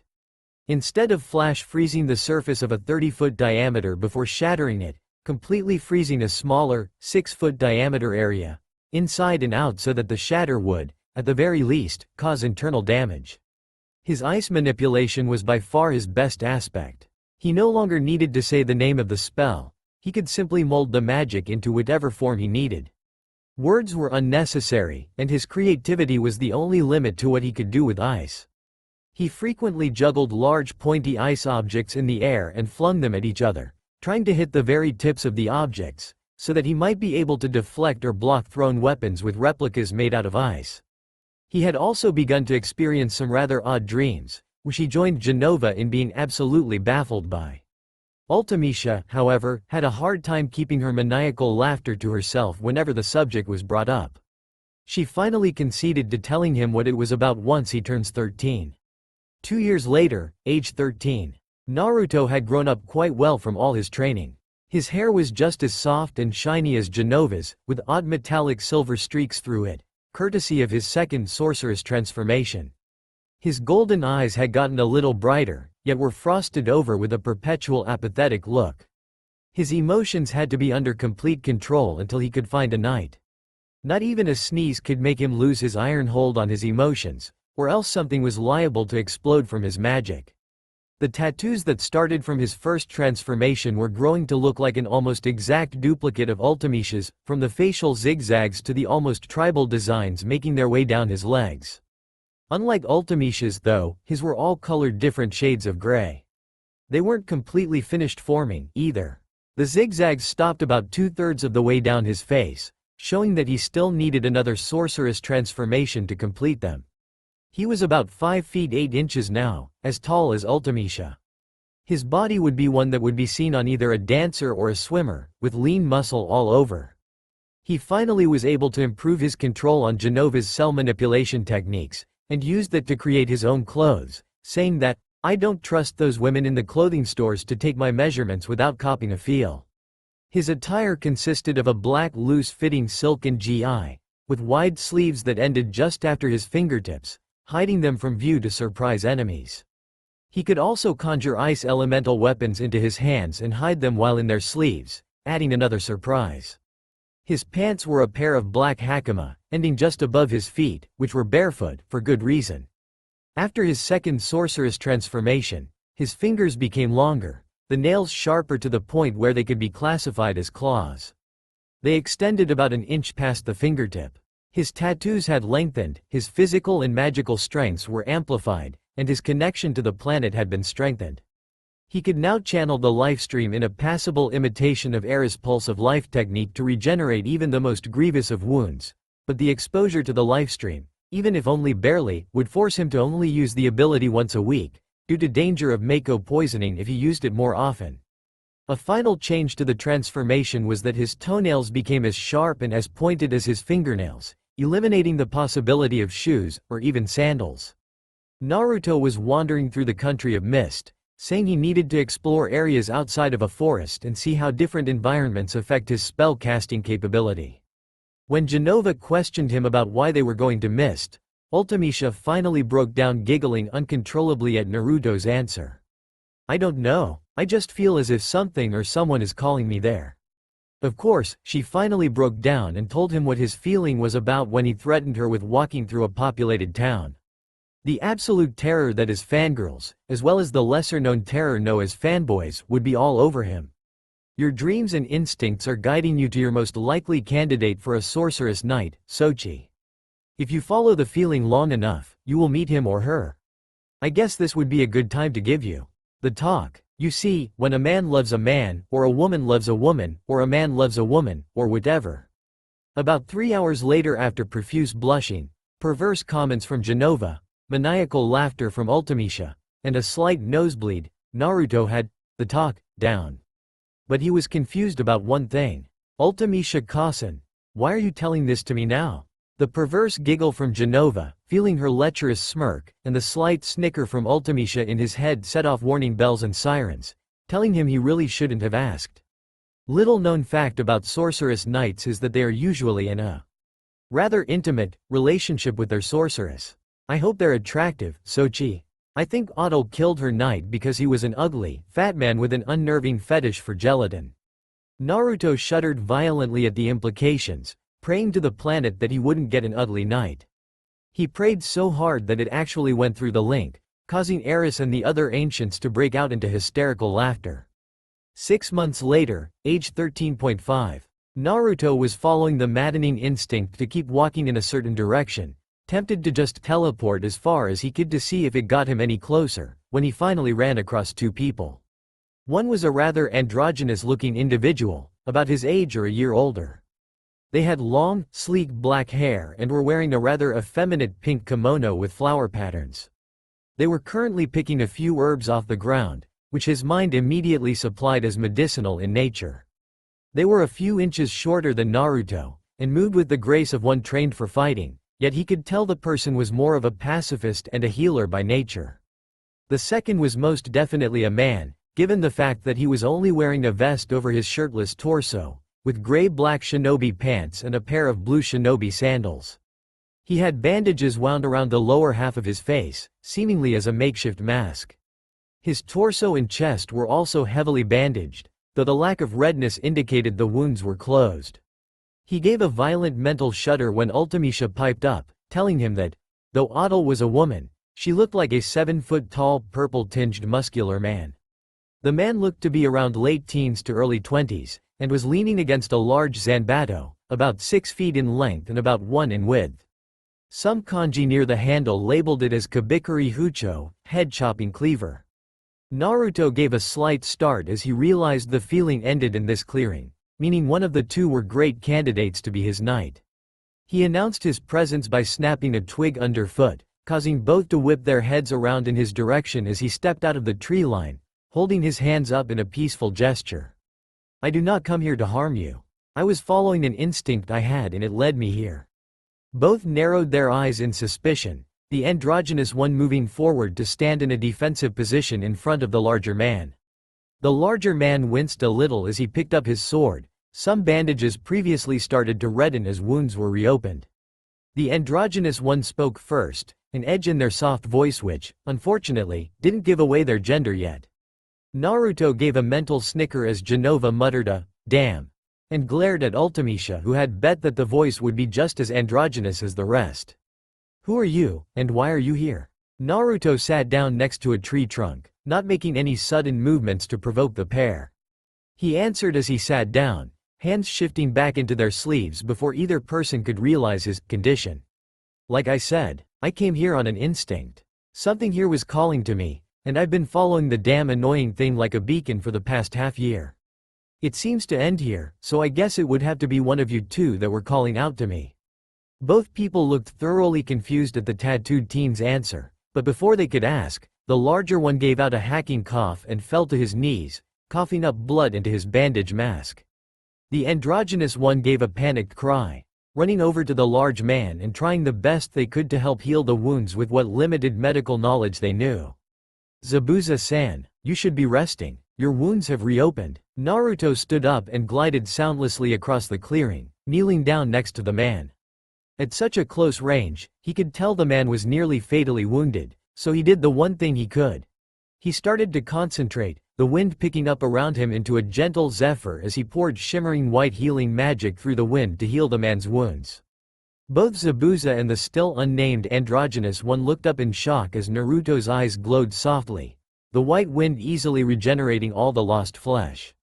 Naruto gave a wry smile as both of them turned to him, showing off his larger-than-normal canines. His eyes stopped glowing as he sat back on the grass, feet hidden skillfully by the hakama so as to not shock them. "Like I said, something was calling for me to come here." Both people were shell-shocked that, not only did this stranger seem to home in on them like a hound, but he came simply on instinct and healed Zabuza without even asking why he was wounded. The larger man spoke first with a gruff, powerful voice, carefully unwinding the bandage mask and showing off his rather pointy teeth. "Haku, I think he really doesn't mean to hurt us, although, how were you able to heal me like that? Not even med-nins can heal that quickly or precisely. There's not even a scar." Haku nodded his head, sitting back near Zabuza to listen to what Naruto was going to say, checking all the bandages to make sure none of the wounds were left unhealed. Well, my name is Naruto, and you? He pointed an elegant, clawed fingertip at the larger man, or Zabuza of the Mist, correct? And you, I would presume, are Haku? He pointed at the androgynous boy next, who nodded politely with a small smile. The man nodded numbly, staring openly at Naruto's fingers, or more precisely, the fingernails. Well, I suppose I owe you both an explanation.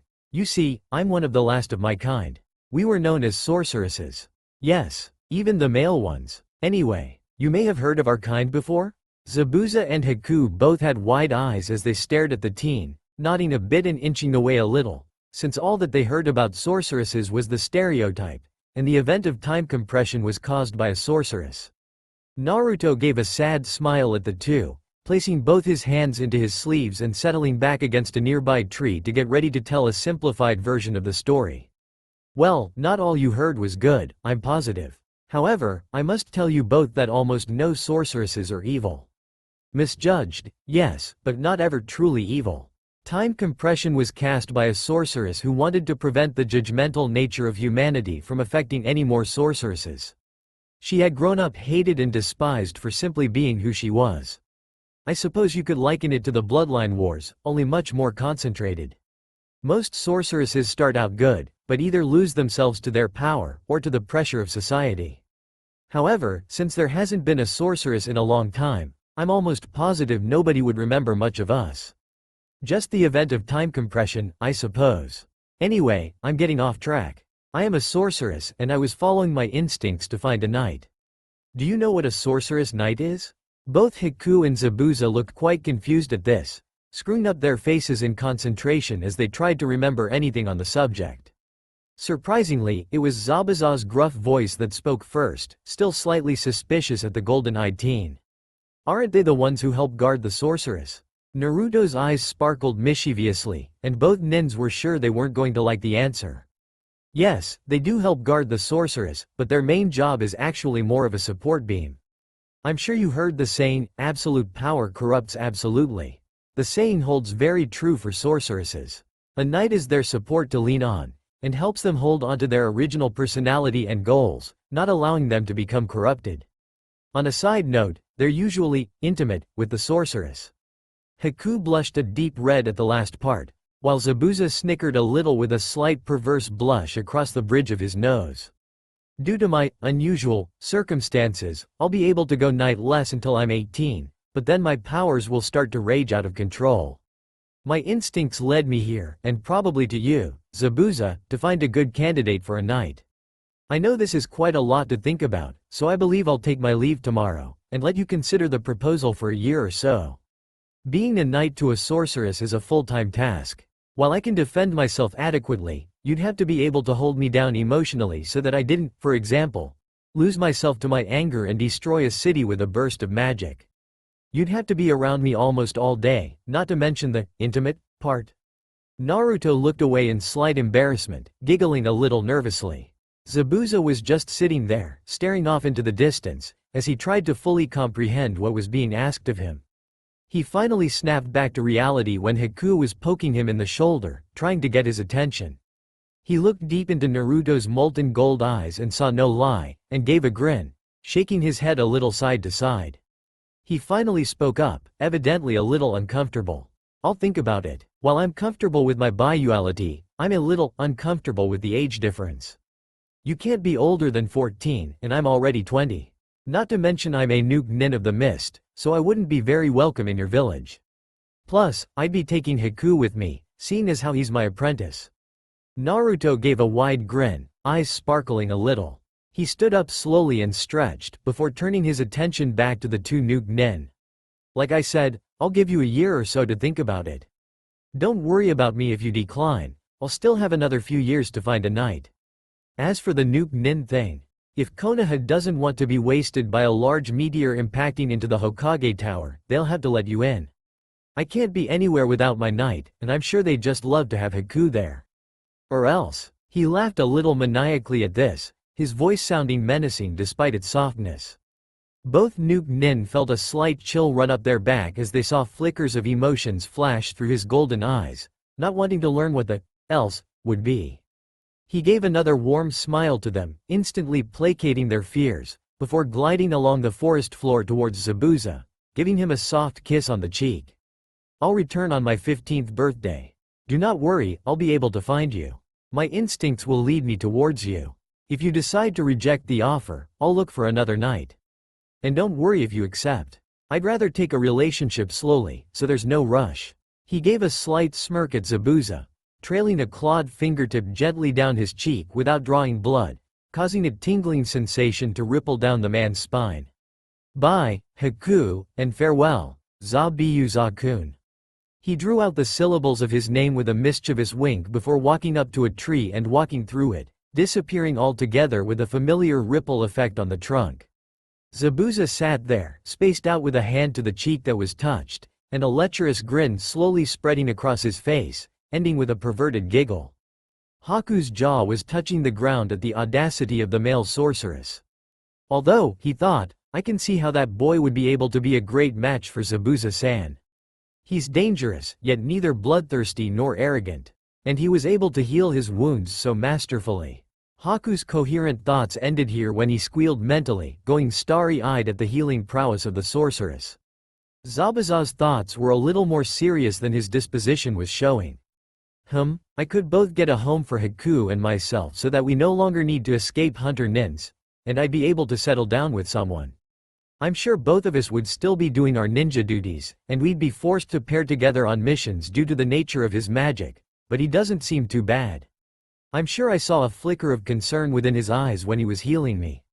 He doesn't seem the type to get an inflated head from the power, either. Naruto, very interesting. I'll have to think on your offer. 1 year later, age 14.5, Naruto was on his way back to Konoha for the Genin exams. All the training in the past year had been on control and power, and how to compress his spells. The theory he worked out with Ultimecia turned out to be able to work. He was now able to cast all the spells in his arsenal without losing control. However, he enacted self-restrictions on the spells he would use. He wouldn't use the forbidden magic unless it was absolutely required. He was highly proficient with the staff, and had created his own fighting style for not only the staff but also for his hand-to-hand combat. They both focused on direct, crippling blows aimed at the joints, though the hand-to-hand style was mainly focused on jabs instead of punches due to his claws. That, coupled with his insane physical strength which could now match Tsunade, well, let's just say the joints will never be the same again. His ice manipulation had hit the point of mastery, where he had absolute control over it. He was able to recreate Edia's famous ice strike attack, and had improved the javelins she threw, as well as improved their throwing power, distance, and accuracy. His force manipulation was approaching the point of mastery. After meeting with Zabuza a year ago, he had realized just how easy it is for humans to get horribly wounded, and threw himself into mastering force to protect those close to him. Naruto had learned how to compress his flare into a small area, obliterating everything, including the atoms within it. His barriers were incredibly strong, and he was able to create a spell that melded reflect, shell, and protect all in one. He used it over the standard wall spell, since it basically was the same. Instead of a shield against magical attack, as well as physical, he changed the magical structure of the barrier. He meshed the protect and shell parts a bit more thoroughly, creating a prismatic colored pentagon, and then faceted the entire thing, causing any non-physical projectile attack to be reflected in a random direction off of one of the facets. His time and space as well as primal magic manipulation were about even. He could possibly hold his own against Ultimecia if she didn't use forbidden magic against him, since she was far more experienced with those. And if she used Apocalypse, well, no contest. His cell manipulation was also mastered, so that he now constantly rotated his organs in chaotic directions. He had been doing this for the past half-year consciously, and finally had it mastered to the point where he was doing it even when not thinking about it. He was also able to create clones by modifying a tentacle, creating an entire working body before detaching it from him. He used these to allow Ultimecia and Genova out of his mind, which allowed him to spar against them to hone his abilities in a more combat-oriented way. The two of them preferred the comfort of his mind, however, and only came out to spar. A lot of the year was spent sparring with one or the other, as he wasn't good enough for both at once yet. He had grown a little bit taller, ending up around 5 feet 10. He believed he would naturally stop growing at around 5 feet 11 inches, but he supposed he could use his cell manipulation to become as large as Otto if he wanted to, though he still shuddered to think about how a woman could look like that. He kept his GI and Hakama outfit, and after walking around a clothes shop avoiding fangirls and fanboys outside, he had found a new type of cloth that he thought was perfect for him. It was 3 layers, on top was silk threaded with tiny metal threads to give it more resilience, the middle was a metal fishnet for more resistance, and the bottom was an absolutely heavenly feeling silk to provide comfort for the body. After inspecting how the cloth was created, he altered his cells to recreate the effect on his clothing as well, though he had to put up with both Ultimisha and Genova muttering, "Cheap ass," when he didn't buy the clothing. He was truly looking forward to his 15th birthday. Not only would he possibly get a knight and have a relationship with someone outside the familial ties to Genova, Ultimisha and Eris, but Ultimisha said he was going to go through the final Sorceress transformation on his birthday as a gift. Genova also reminded him that Eris may be stopping by in soul form on his birthday to give him her present. All in all, he was quite happy while walking down the path towards Konoha. As the gates rose in the distance, he contemplated teleporting in, but supposed it would be less of a chance of causing the Sandaime a heart attack if he simply walked through the gates. However, if he sent Anbu after him, well, he supposed he could use them as lawn ornaments if he petrified them. As he walked up to the gates, yet still out of sight of the guards, he created a hood matching the color of his GI and pulled it over his head. He placed both his arms into his wide sleeves to hide the nails and walked a little slower to avoid showing off his feet. The Chunin at the gate was having a boring day. Nobody ever seemed to come up to the gate and he was steadily drifting off to slumber in the middle of his shift. Soon, a shadow started to form over the horizon, materializing in a tall man with a black hood covering most of his face in shadow, a black GI with wide sleeves, and black Hakama hiding his feet. The only discernible feature were the 2 locks of white-silver hair hanging on either side of his face, ending a little past his chin.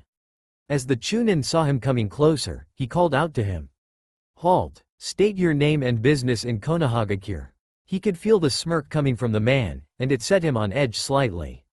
A draft of wind blew up into the hood, revealing piercing golden eyes for a moment before it dropped back into place. The stranger spoke in a soft voice that radiated power, causing the Chunin to wonder just how powerful he was to hide his presence like that. "My name is Naruto, and I'm back from my 11-year training trip. I would like to speak with the Hokage.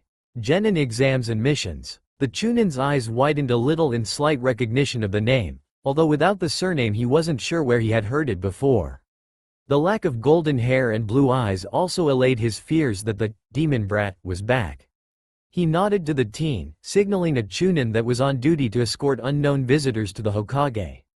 The second Chunin dropped down a few feet in front of Naruto, nodding to him before starting to walk off towards the Hokage tower, with the cloaked boy in tow. As they passed through the bustling streets, Naruto had to hold in a snort of derision at all the curious and slightly odd looks he was receiving. As if they'd act that way if they knew who I was. This is actually almost worse than sneering. Ah well, at least I haven't been swarmed by people yet. Although, once they know who I am, I'm sure they'll give up the chase and pretend they never were squealing about the demon. As if on cue, a piercing shriek echoed across the entire village, followed by the sounds of stampeding women, all echoing the same sound at different pitches. Sasuke-kun. The mere sound of it caused Naruto to shudder violently in sympathy for the poor boy that would soon be hunted like prey. He pitied the poor soul who was victim to the absolute horror that was fangirls. Naruto started to speed up discreetly, hoping to avoid the stampede of raging women chasing after their dream boy, trying hard to shake off the fear gripping his heart. Inside his mind, both Genova and Ultimisha were curled in fetal positions, having terrible flashbacks to one of the times that he was almost caught by the rabid horde of women in a large town. Soft mumbles and whimpers could be heard from both of them as they shivered violently, clinging to each other in hopes that they'd never have to experience it again. Soon enough, the Chunin had led the boy all the way to the Hokage tower, leaving him at the door. Naruto nodded his head politely to the man before walking in, telling the secretary that he needed to meet with the Hokage. He then sat down to wait for an opening in the aged man's schedule. 30 minutes later, Naruto was deep in meditation at this point, having decided to have a discussion with his two cousins on what to tell the Hokage, and how to explain his abilities without enacting the Clan Restoration Act, which would force him to impregnate legions of women to try to spread his bloodline. He couldn't go into the council room and just say, "I'm a sorceress."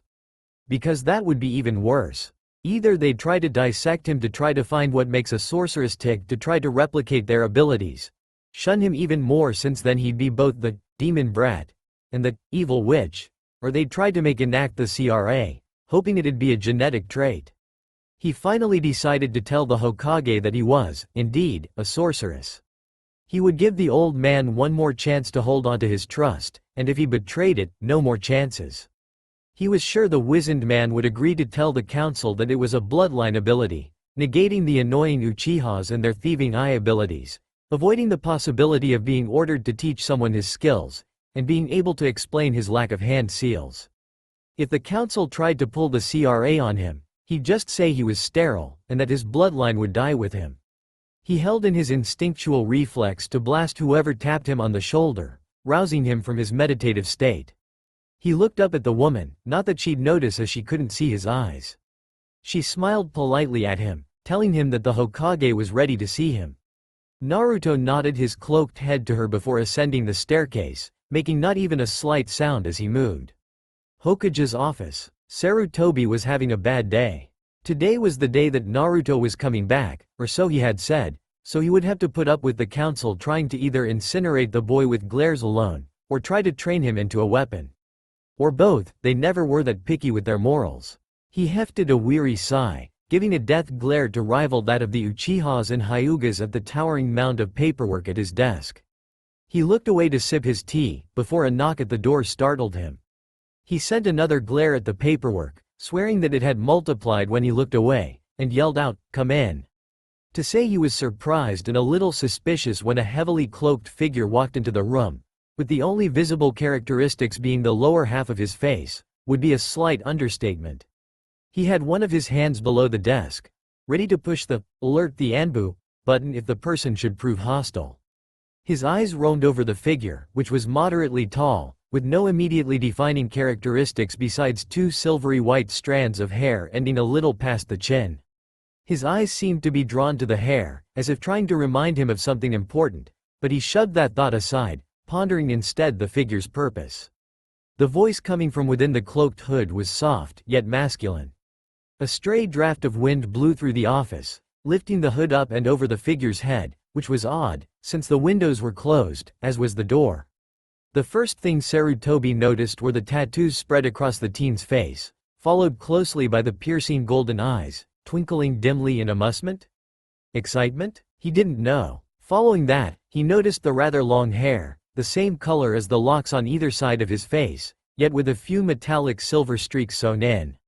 Finally his eyes rested on the dark blue lips, oddly wondering if that was natural, or if the boy had a thing for lipstick.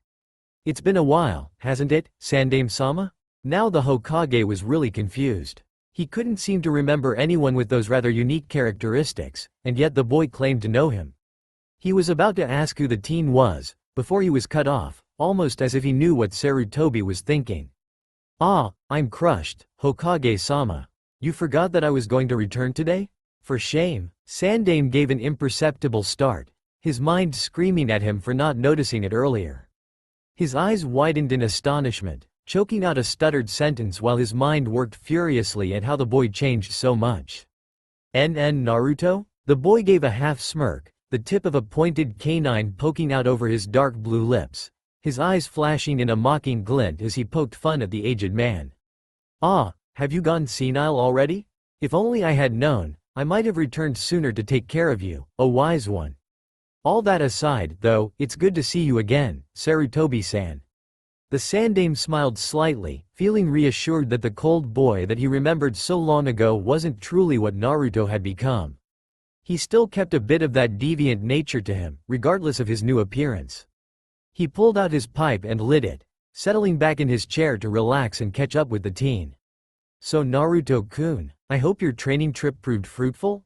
"Of course, Hokage-sama.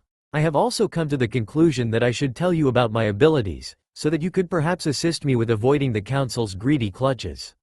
Sarutobi smirked a little at the thought of getting back at Danzo and the rest of the council. They had been nagging at him over the years to mark Naruto a missing nin, regardless of the fact that he was a civilian when he left. This would show those old bats who's the Hokage. "Oh, do tell, Naruto-kun. I'll keep this private for your sake. I do feel regretful about how I acted before you left, so I hope this can help make it up to you." Naruto's oddly colored lips curved upwards in a warm smile. He snapped his fingers within his sleeves, causing a purple glow to soak into the walls of the office. The Hokage looked at him curiously, wondering A, how he did that without hand seals, and B, what he just did. Naruto saw the look, and promptly settled down in a chair opposite the Hokage and told him the same version of the story he told Zabuza and Haku, leaving out both his cousins. The Hokage was absolutely shocked at the news, and understood why he wanted to evade the council with this. If they got wind of it, he shuddered to think about it. "Well, Naruto-kun, I do have to meet with the council, and I have to bring you with me. However, your idea seems to be the best, to play it off as a bloodline and that you're sterile. That way you won't be forced into a harem. I do have to ask, though, you said you found a potential sorceress knight on your trip. Would you mind telling me who it is so that if they turn up at the gates that we don't attack them on sight?" Naruto grinned mischievously at the Hokage, snickering almost evilly. "Of course, Hokage-sama. The best candidate that I've found to be my knight is none other than Momochi Zabuza, the demon of the mist. If he were to become my knight, he'd also be bringing his apprentice Haku with him, and they'd both be under my protection so that the council couldn't use them against me in any way. We could say that my bloodline requires me to find a soulmate or something so that they don't ask about why a nuke nin would be living in my house, and B, why I'd need him to go on missions with me." Sarutobi nodded his head, thinking it over before standing up and walking over to Naruto. He held out his hand in a friendly gesture of peace, slightly surprised when an elegant, clawed hand grasped his gently and shook it. "Now that that's out of the way, we need to meet with the council and get you your own apartment. The genin exams are tomorrow, so I'll write you a pass to take them. I'm quite sure you'll pass most easily." With that said, Naruto laid his hand on the Hokage's shoulder, both of them vanishing through the floor in a ripple effect, to appear in the council room. Council room. The members of the council were fidgety today, as they received word that Uzumaki Naruto had returned. Danzo was having a hard time holding in his conspiratorial laughter when he heard. All he would have to do is approach the boy and offer him great power if he served nay. If he heard correctly, then the boy was an absolute idiot, so it wouldn't be that hard. Then he could have a new soldier for his army, one with the power of the nine-tailed fox. The rest of the council was murmuring in a mixture of fear, hatred, and anticipation of the demon brat returning. What if he had come back to kill them all? All speech was halted instantaneously as the floor near the door started to ripple, as if the hardwood floor had become liquid and someone dropped a rock into it. Quite a few people gasped as a rather attractive teen with white silver hair, golden eyes, tattooed features, and black clothing rose out of the liquid floor with the Hokage right beside him. Danzo was almost salivating with anticipation of all the uses he could find for a bloodline like that. The floor seemed to solidify under their feet, as Sarutobi coughed to regain attention. "We're gathered here today to discuss one Uzumaki Naruto, as per request of both myself and the council." Naruto had to hold in a snort when he heard the word, Uzumaki. He hadn't gone by that name in ages, but it's not like they knew that. He glided forward on silent footsteps, approaching the pedestal in the middle of the semicircular room where speakers would stand. He cleared his throat a little to dismiss the new breakout of murmurs at his changed appearance, and shot a rather deadly glare at Danzo, who was eyeing him like a piece of meat at the marketplace. "Before I left to go on my training trip, I exhibited some abilities that were rather odd. Does the Honorable Council have any questions for me?" His tone was light and mocking, astonishing the council members, for they had always been treated with the utmost respect. Danzo was the first to speak up, his eyes glinting in hunger as he asked his question. "Naruto-san, are your abilities part of a newly evolved bloodline?" The boy could barely hold in his killing intent, wanting nothing more than to obliterate the greedy fool addressing him. Nevertheless, he responded in a clipped, mock-polite tone, his face and eyes betraying no emotion. "My abilities are a bloodline, yes, and before the council decides to either enact the Clan Restoration Act on me, or try to experiment on me, I have to say this. I am sterile, therefore, I cannot have children. My bloodline will die with me. Most of the council was astonished at the fact that the demon brat, of all people, had a bloodline. Bloodlines were held in high regard in the village, and to think that they had been neglecting one all along was almost a slap to the face, but that was quickly negated by their constant hatred returning at remembering that this was the demon brat they were talking about. Danzo's eyes lost a little of their hope of a new squad of bloodline soldiers created out of this new ability, but his resolve was hardened at getting the sole user of it. If he couldn't create test tube soldiers, then he'll use the original. Hiyashi had an appraising spark in his pupil-less lavender eyes as he inspected Naruto. The possibilities of that teleportation ability were endless. It was completely silent, didn't use any chakra, and didn't leave anything behind. He spoke up as Danzo sat down, brooding about how he would get the boy to work for him. Naruto-san, if I may ask, what else does your bloodline do? Naruto smiled, actually and truly smiled at the Hyuga clan head, shocking both the Hokage as well as much of the council. He knew the Hyuga had no hatred for him, he was just a calculating figure. He'd go with what logic showed, not allowing emotions rule him. I can do seal-less jutsu, my physical strength rivals that of Tsunade, and I can manipulate my cellular structure. However, my bloodline is both unrecorded and unnamed, so there would be no chance of you finding a record. A lot of the council sneered at such an unreasonable idea, thinking that he had lied to them about the capabilities of his bloodline.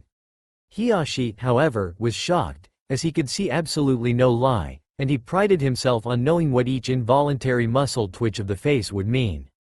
The boy hadn't twitched even once. Danzo, however, well, he was in Fantasyland about what he could do with such a power. Naruto merely smirked, looking out the window at a nearby training field. Getting a rather fun idea that would either A. scare the council into submission, B. gain their respect, doubtful, or C. cause an absolute uproar. He was hoping it was all of the above. If it may please you, honored council, I could show you just what I mean at that training ground over there. The council hastily agreed, thinking that the demon brat would be caught in his own lie. Training ground 23, 5 minutes later. After everyone had arrived, Naruto nodded politely to Hiyashi, eyes flashing in anticipation of the council's faces. He even had a camera hidden up one of his sleeves to take the pictures. Hiyashi-sama, if I may. At the Hyuga clan head's curt nod, Naruto smiled and turned away from the council to hide the telltale glowing eyes. With a whispered incantation that nobody could hear, he raised one arm in front of him. A burst of bright green light exited his sleeve, expanding into a heavy green mist that exploded in a bright flash of white-green, releasing a keening roar and vaporizing nearly all of the training logs and a few of the trees in the training ground. The team quickly whirled around, taking as many pictures as he could of the esteemed council, wetting their pants with their jaws hitting the ground. Even Hiyashi's perfect emotional control crumbled upon witnessing the feat of the boy, causing his jaw to drop, if only slightly. He quickly stashed the camera away, watching the council with a slight smirk. That was one of my more powerful jutsus, bloodline secret. Can't teach it to anyone else. Do you need a demonstration of my cellular manipulation? The council finally regained their composure, backing away in slight fear of the boy. Hiyashi was the one who replied with a slight nod of his head. Naruto simply slid the gi off slightly so that his shoulders were exposed. This elicited some questioning stares from the council members, to which he replied with his smirk still etched onto his face. I don't want to ruin my clothing while doing this, now do I? He could have sworn he heard the Hokage snicker at that. Naruto concentrated, not needing to close his eyes due to the lack of magic required for the feat. Two large, whip-like tentacles shot out of his shoulders, whirling around him in an intricate dance of death, causing utter destruction to the ground below.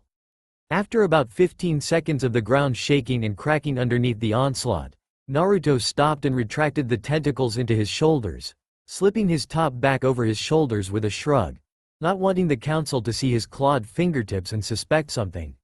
Does that prove my abilities to you, now?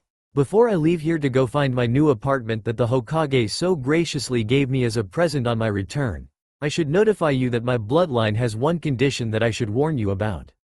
I have to find a soulmate soon, otherwise my abilities will rage out of control. I found a suitable one while traveling, but I won't bore you with the details. Suffice to say that if he accepts, you will grant him and his apprentice asylum, and allow them to live with me. If you don't, well, let's just say that my abilities are far more destructive when uncontrolled. The taunting smile, coupled with what the council had just witnessed, had them nodding at a pace rivaling a woodpecker. The boy smirked even wider, walking up to the Hokage and pocketing a jingling keyring. He waved his wide sleeve over his shoulder while walking away, not looking back once. The next day, Shinobi Academy. Iruka was absolutely giddy. Today was the day that the children were tested and released, never to bother him again. Oh, the joy! Even the note from the Hokage telling him he'd have a new student for the exams couldn't bring down his great mood. While Iruka was almost floating with joy, his assistant teacher, Mizuki, was having other thoughts. He had actually paid attention to the name on the sheet of paper, and recognized the demon's name on it. He was currently trying to think up a plan to torment him, following the teacher absent-mindedly.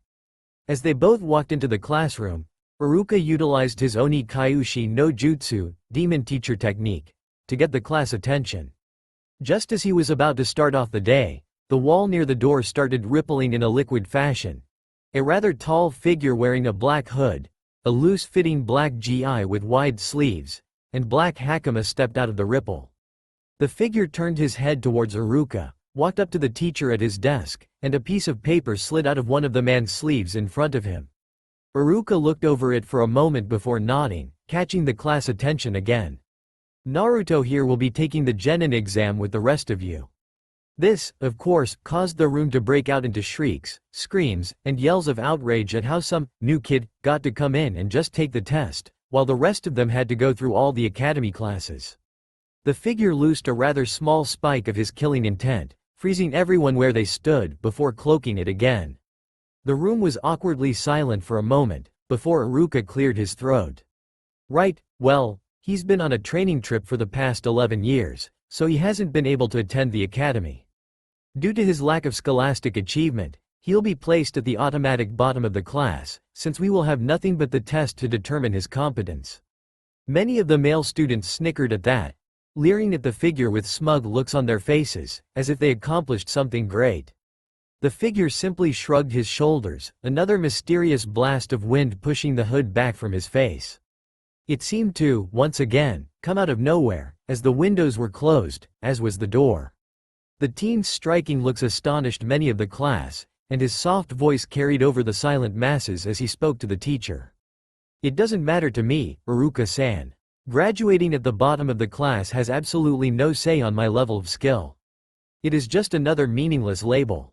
I'm quite sure some of the less enthusiastic students, here he gave a pointed look at Nara Shikamaru, who blinked in surprise that the newcomer knew him somehow, are more than adequate, than say, some of the more enthusiastic students.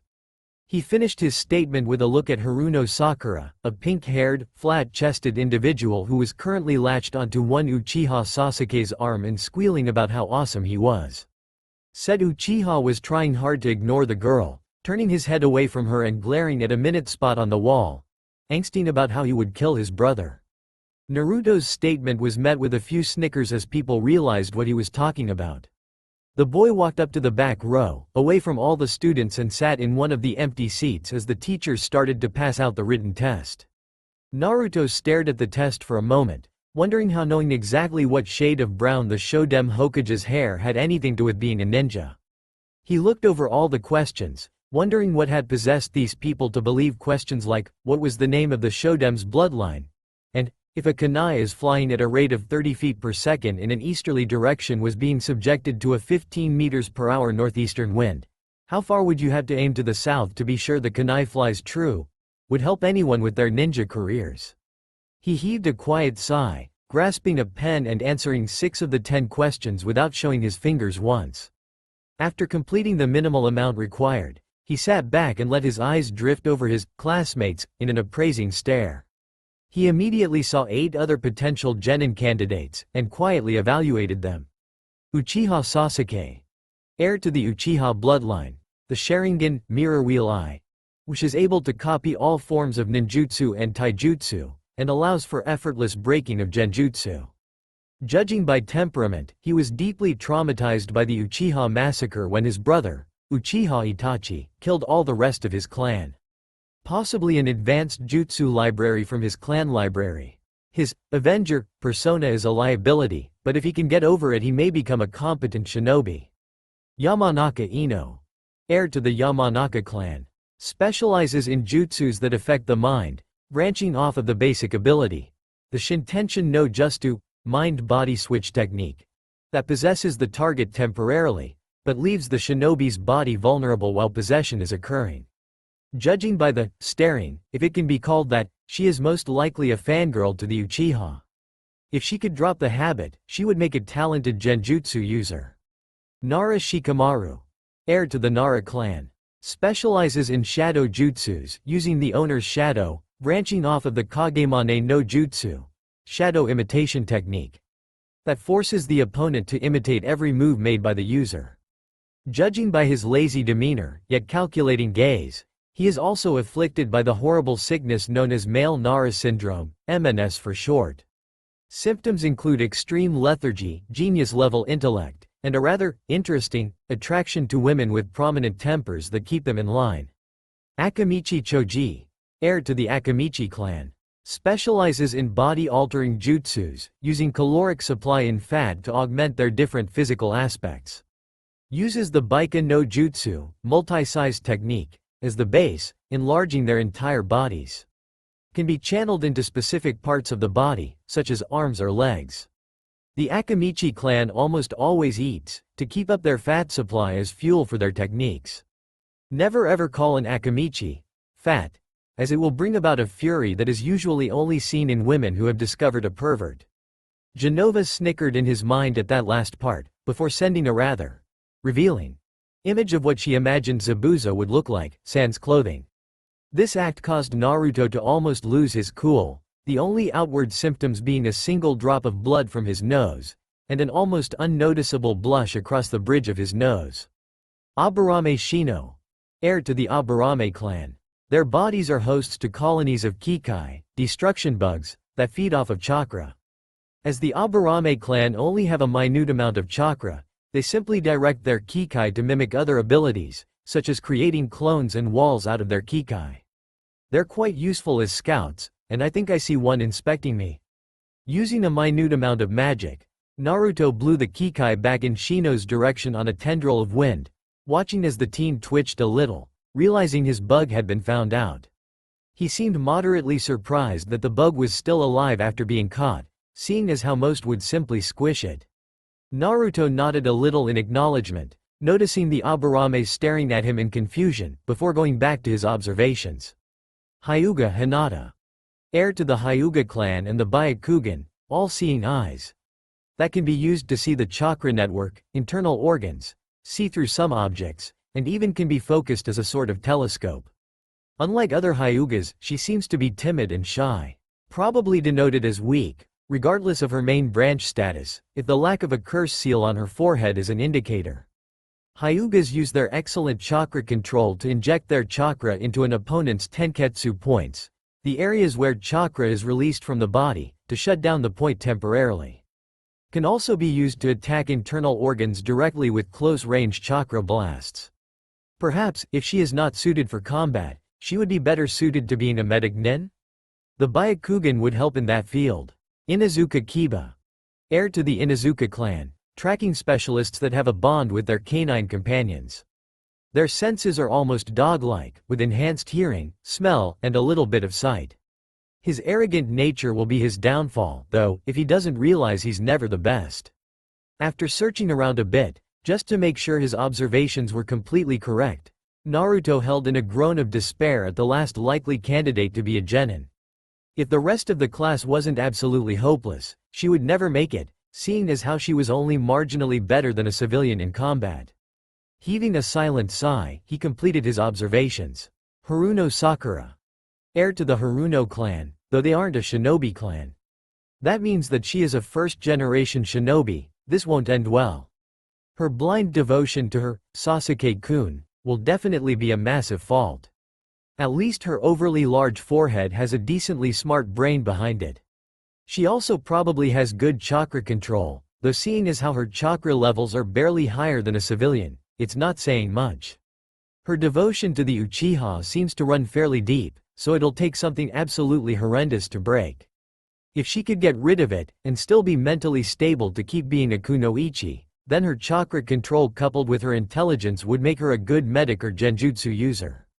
Content with his observations of his classmates, Naruto looked up just in time to see Iruka retrieving his test, and the rest of the class headed outside for their taijutsu and throwing weapon test. He followed them soon after, leaving no trace that he was ever in the room. Outside, as Iruka called out the different people to spar against Mizuki, said assistant was realizing that his could be his chance to injure, or possibly, accidentally, kill the demon once and for all. He could barely keep the malicious smirk off of his face as he waited for his chance. Most of the students fared well against the teacher, which surprised Naruto, considering his first evaluation on Sakura. After retrieving a crowbar to pry the pink leech off of Sasuke so that he could take his test, said Uchiha passed at the top of the class. His smug smirk was almost communicating to the entire world that, of course I passed. I'm an Uchiha. Uchihas are always the best. Finally it was Naruto's turn to spar against Mizuki. His golden eyes caught the mixture of loathing, anticipation, and excitement swimming through the silver-haired assistant's eyes, and he realized that the teacher would be actually trying to harm him. He heaved a soft sigh, looking completely bored out of his mind as he kept his stance, standing still with both feet together, and both arms in his sleeves, giving a good impression of a monk.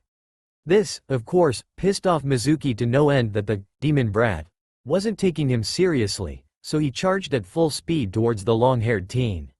Right before he was about to land a punch to Naruto's jaw, the boy lifted one hand, and quicker than the eye could see, flicked Mizuki right in the forehead, sending the poor man careening into a wall with a crack, returning to his stance before anyone realized what happened.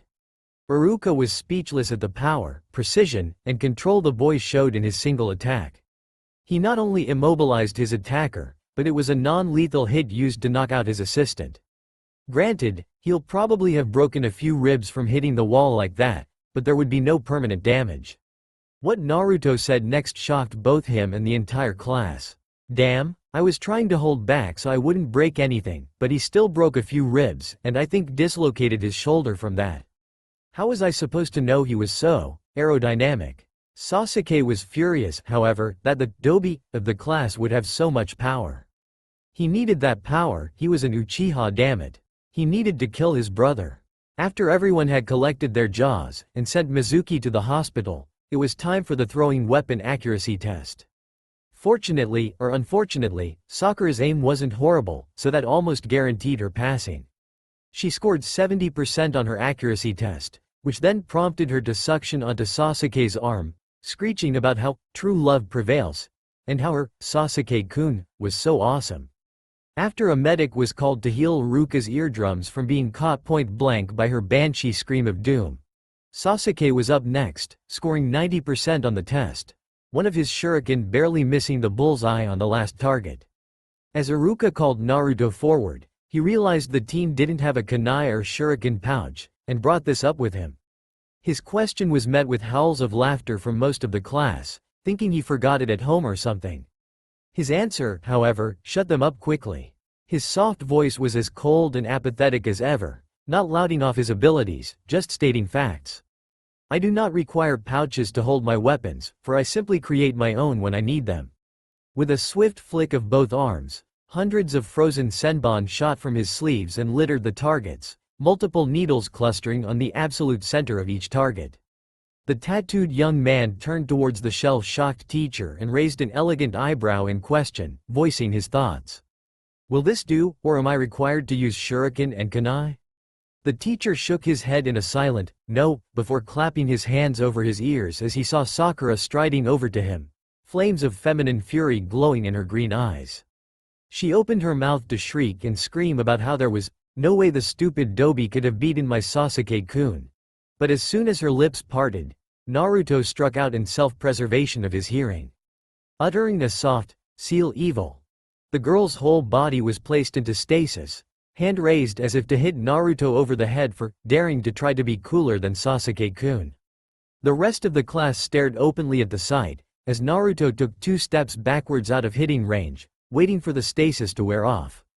He tilted his head politely towards Iruka, who had tears of joy springing from his eyes that would make Maida Guy and Rock Lee envious of his youthfulness, from avoiding certain deafness. The boy's dark blue lips twitched, as if wanting to smirk, before settling back into his normal apathy. He voiced his concerns to the teacher, slowly backing away from Sakura, who was sure to regain control of her body soon. Iruka-san. She will only hold that way for another 15 seconds or so, although she will not be able to use her voice for about 5 to 10 minutes afterwards. I believe by the time we reach the classroom she will be able to speak again, so shall we head back, or is there another test to be taken out here? Iruka simply shook his head, waiting for the Sakura statue to regain movement before calling the class to go back inside. Many of the students were staring at Naruto in starry-eyed wonder at how he was able to silence Sakura, if only temporarily. Even Sasuke was mildly thankful at the newcomer for the silence. However, his slightly better than usual mood quickly sank into brooding angst territory when he realized that Dobi had done a technique that he, an Uchiha, didn't know of. To top it off, he didn't even use hand seals. Or maybe, his mind supplied, he did the hand seals in his sleeves. He would have to try to copy the technique with his Sharingan once he unlocked it. Back in the classroom, after holding a raging Sakura out of fist range of Naruto, who had dared to do something to her when she was simply going to protect Sasuke-kun's awesome reputation, the class filed back into the room. After a short lecture on which ninjutsu they'd need to show to pass the final part of the exam and receive their Hite 8, forehead protector, the class was called out alphabetically to come to the front, demonstrate the Bunshin no Jutsu, clone technique, Kawarimi, substitution, and Henge, transformation, as well as one technique of their choosing, optional, for extra credit. The clan heirs showed off their techniques, Choji using a Baika no Jutsu to swell into a passable imitation of a giant volleyball, Ino using Shintenshin no Jutsu to possess Iruka to hand her the Hite 8, Shikamaru using Kagemane no Jutsu to achieve the same effect. Shino used his Kikai to do the test by doing a Mushi Bunshin, bug clone. He was able to use his minuscule chakra supply that the Kikai left him to accomplish a passable Henge and Kawarimi.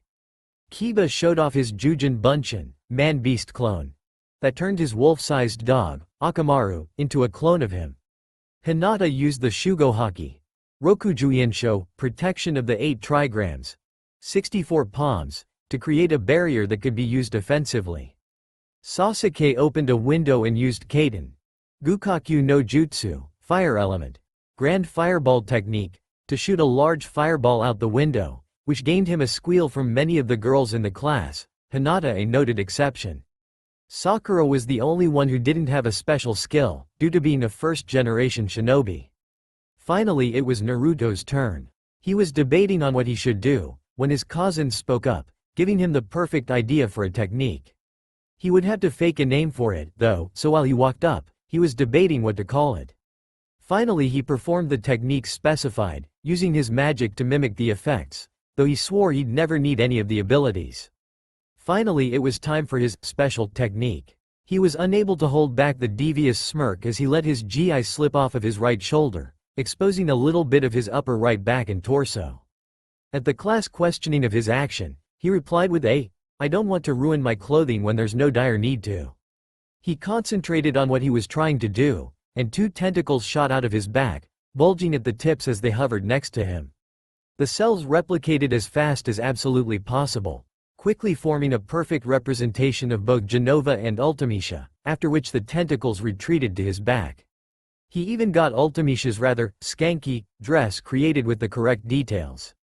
She was clothed the way she was when she cast time compression, with a large feathery black collar spread wide open. Her dress was open in the front, the edges barely covering her modesty and showing off the tribal tattoos along her stomach. The cloth came together at the front of her hips, before separating at mid-thigh, flowing outwards in a train and showing the rest of the tattoos along her legs. The dress had long, red sleeves that melted into a light purple near the mid-forearm, ending in clawed gloves, perfect for her fingers. She even had her hair horn ornament thing with the tips also a light purple. Her black, feathery wings spread wide before folding back into themselves to conserve space. Genova was simply clothed in black shinobi pants and a vest over an Anbu armor-style plate, her ethereal hair pulled into a high ponytail with strands falling on either side of her face, like Naruto. Naruto gave a smug smirk as both the women turned to face the class, eliciting gasps of surprise and awe at the odd features of both women. Genova's glowing red eye, especially, scared the students and even the teacher a little. It was a little too close to the shade of red that was seen in the Kyuubi's eyes over 14 years ago, not to mention it was glowing, and tales of Kyuubi's blood-red eye color were often used to describe the fox to little ninja children. Naruto's voice echoed a little in the completely silent class, naming off the jutsu he created as he pushed the consciousnesses of both his cousins into their respective clones. Saibo Saigyo Bunshin, Cell Control Clone. The teacher was staring in awe of the lifelike clones, until Ultimisha glared at him. She looked over to both Genova and Naruto, and feeling them both mentally nod at her, prepared to introduce herself, making sure it looked like Naruto was controlling clones. She stepped forward, grinning evilly and tapping the teacher's desk, causing it to explode into a shower of sawdust. The entire class stared in open awe at the sight, realizing that the clones were actually real, not the illusions created by the Bunshin no Jutsu. Ultimisha gave a soft laugh and introduced herself in an odd manner, making sure to not draw any suspicion from the class as to the real nature of the clones. This is a replica of Ultimisha, the Grand Sorceress who cast time compression. She disappeared after casting the spell, which caused widespread destruction, and modified the continents into the one large mass that they are today. A few people backpedaled away from her, as if afraid the clone had the power of the real Ultimisha, which she did, but they didn't know that. Genova walked forward next, her sibilant voice echoing in the quiet classroom as she introduced herself in the same way, destroying the chalkboard in a shower of green dust. This is a replica of Genova, the so-called Calamity of the heavens who crashed into the planet thousands of years ago. Her body was later experimented on to create Sephiroth, who was able to summon a large meteor that almost destroyed the planet. She lived thousands of years before Ultimisha. With their introductions completed, Genova rested an arm around Ultimisha's neck, and they both melted into the wall, teleporting to Naruto's new house to help fix it up while he was finishing up with class. Said teen walked up to the front of the class, and grabbed a Hite 8 set against black cloth, tying it around his upper left arm. He then walked all the way back to his seat, waiting for people to break out of the shock. Sasuke was the first, who glared at him, pissed beyond reason that he had shown a cooler jutsu than him. He was followed closely by Sakura, who was strangely silent. After telling the class to come back the next day at 8 in the morning to meet their Junin senseis, the class left in an orderly manner. Iruka was left in the classroom, staring at the small powder that used to be his desk. His mind wandered to the possibilities of using that same amount of power to demolish the tests that were piled up in an excellent portrayal of Hokage paperwork, but dismissed the thought, too giddy at the thought that he was free. After returning home for the day, Naruto inspected his new apartment. It was a single story and had 3 bedrooms, 2 full bathrooms, a kitchen, and a living room. To him, it was perfect. The fridge was stocked with new food, courtesy of the Hokage, and the place was quite clean, thanks to the combined power of a grand sorceress and a powerful alien. As he turned in for the night, he placed powerful magical wards around his house, and fell into a deep slumber. Later that night, Mizuki was caught trying to steal the Forbidden Scroll due to his debilitating wounds. He was executed after interrogation, finding that he was nothing but a lackey to Orochimaru, who had no useful information.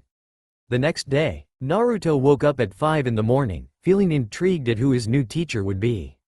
Unwilling to sit and wait, he got up, went through his morning routine to get cleaned up, and teleported into the Hokage's office. After greeting the aged man and giving him a tip on how to do his paperwork, don't cage Bunshins, shadow clone, relay all their information to the caster after they're dispelled? Then you could have clones do the work. Naruto asked him for the files on different Junin that were being assigned teams. The Hokage, still giddy and trying to hug Naruto for defeating the evil known to all cages, gave him copies of the files without a second thought. He teleported back to his apartment, thumbing through them and picking out the ones he was most likely to be paired with. He woke up his cousins to ask them their opinions on the different teachers. They both agreed on a few key points to each instructor, and after learning how the teams were paired up, they found the teacher he was most likely going to be stuck with. Yuhi Kurenai, Genjutsu Mistress, knew Junin. Both Genova and Ultimecia figured she'd get a low-hassle team that could learn from their families in case her teaching wasn't good enough, or didn't have the skills to teach them the ninjutsu, taijutsu they would need past the basics. Sarutobi Asuma, Wind Affinity and Hand-to-Hand Weapon Tactics Specialist. He was most likely to get the next generation of the Ino Shika Cho trio, seeing as how he was quite proficient in team tactics. Hitaki Kakashi, also known as Sharingan no Kakashi, or Kakashi of the Sharingan Eye. He has an implanted Sharingan Eye, and is a ninjutsu specialist. Naruto was most likely going to be stuck with this teacher, since he was sure the council forced Hitaki to take on the Uchiha's team to teach him how to use his Sharingan. Due to the fact that Naruto graduated as the Dobi, though all his practical exams surpassed most Junin, he was most likely going to be paired with Sasuke, the Rookie of the Year, and Sakura, the Kunoichi of the Year. Known to be exactly 3 hours late to everything not life-threatening, he is also incredibly lazy and lax in nature.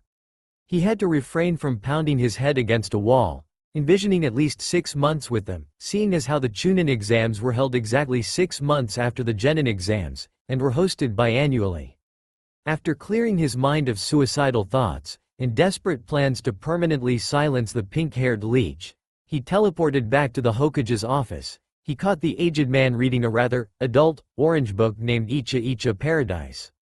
After assuaging the Hokage's fears of being found out, and refusing to buy the book, as Genova had suggested, he returned the files and left, preferring to wander the different training grounds around the village while he waited for the morning to wane. Training Ground 7, 7:59 a.m. Naruto had finished inspecting each of the training grounds, finding each one to be rather bland. He almost laughed when he saw how his absolute destruction of Training Ground 23 was still waiting for repair. Upon arriving at Training Ground 7, he realized that someone was nearby. He followed his feeling to a large stone monument, dedicated to the shinobi who had fallen in battle. He noticed that there was a Junin with naturally gray, gravity-defying hair, a face mask, and his Hite-8 tilted to cover his left eye already there staring at the stone. More specifically, he was staring at 3 names on the stone. Keeping his presence hidden, Naruto focused his eyes, trying to see if he could find which 3 names out of the hundreds the man was staring at. After about 2 minutes, he was able to make out the names of Namikaze Minato, Inuzuka Rin, and Uchiha Obito. His curiosity sated, Naruto walked out into the clearing, and knelt next to the crouching man. His long hair was blowing softly in a stray breeze as he prayed in silence next to the man, paying his own respects for the dead. While he may not exactly like the village too much due to their treatment of him, he respected the shinobi who had devoted their life to the end to protect their home.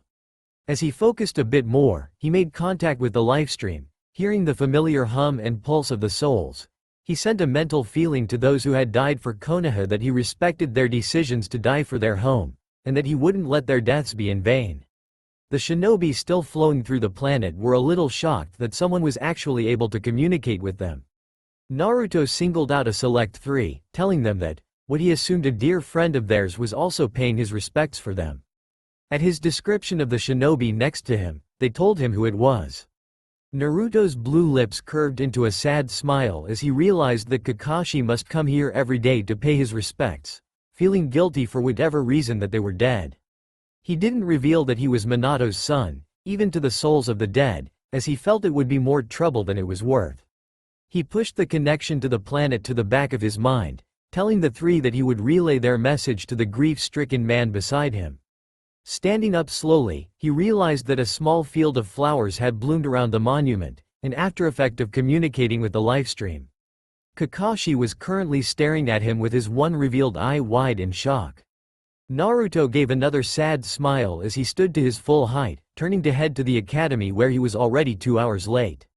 Before he left, though, he called over his shoulder to the man, shocking him to the core. Rin wants to let you know that it wasn't your fault she died.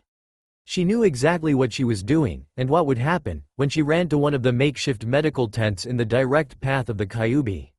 She was able to evacuate 80 people before the tent was crushed beneath the fox, and she was glad to be able to give her life for many others. Obito wants to let you know that he's proud to call you his best friend, and that he's glad you used his eye to protect others.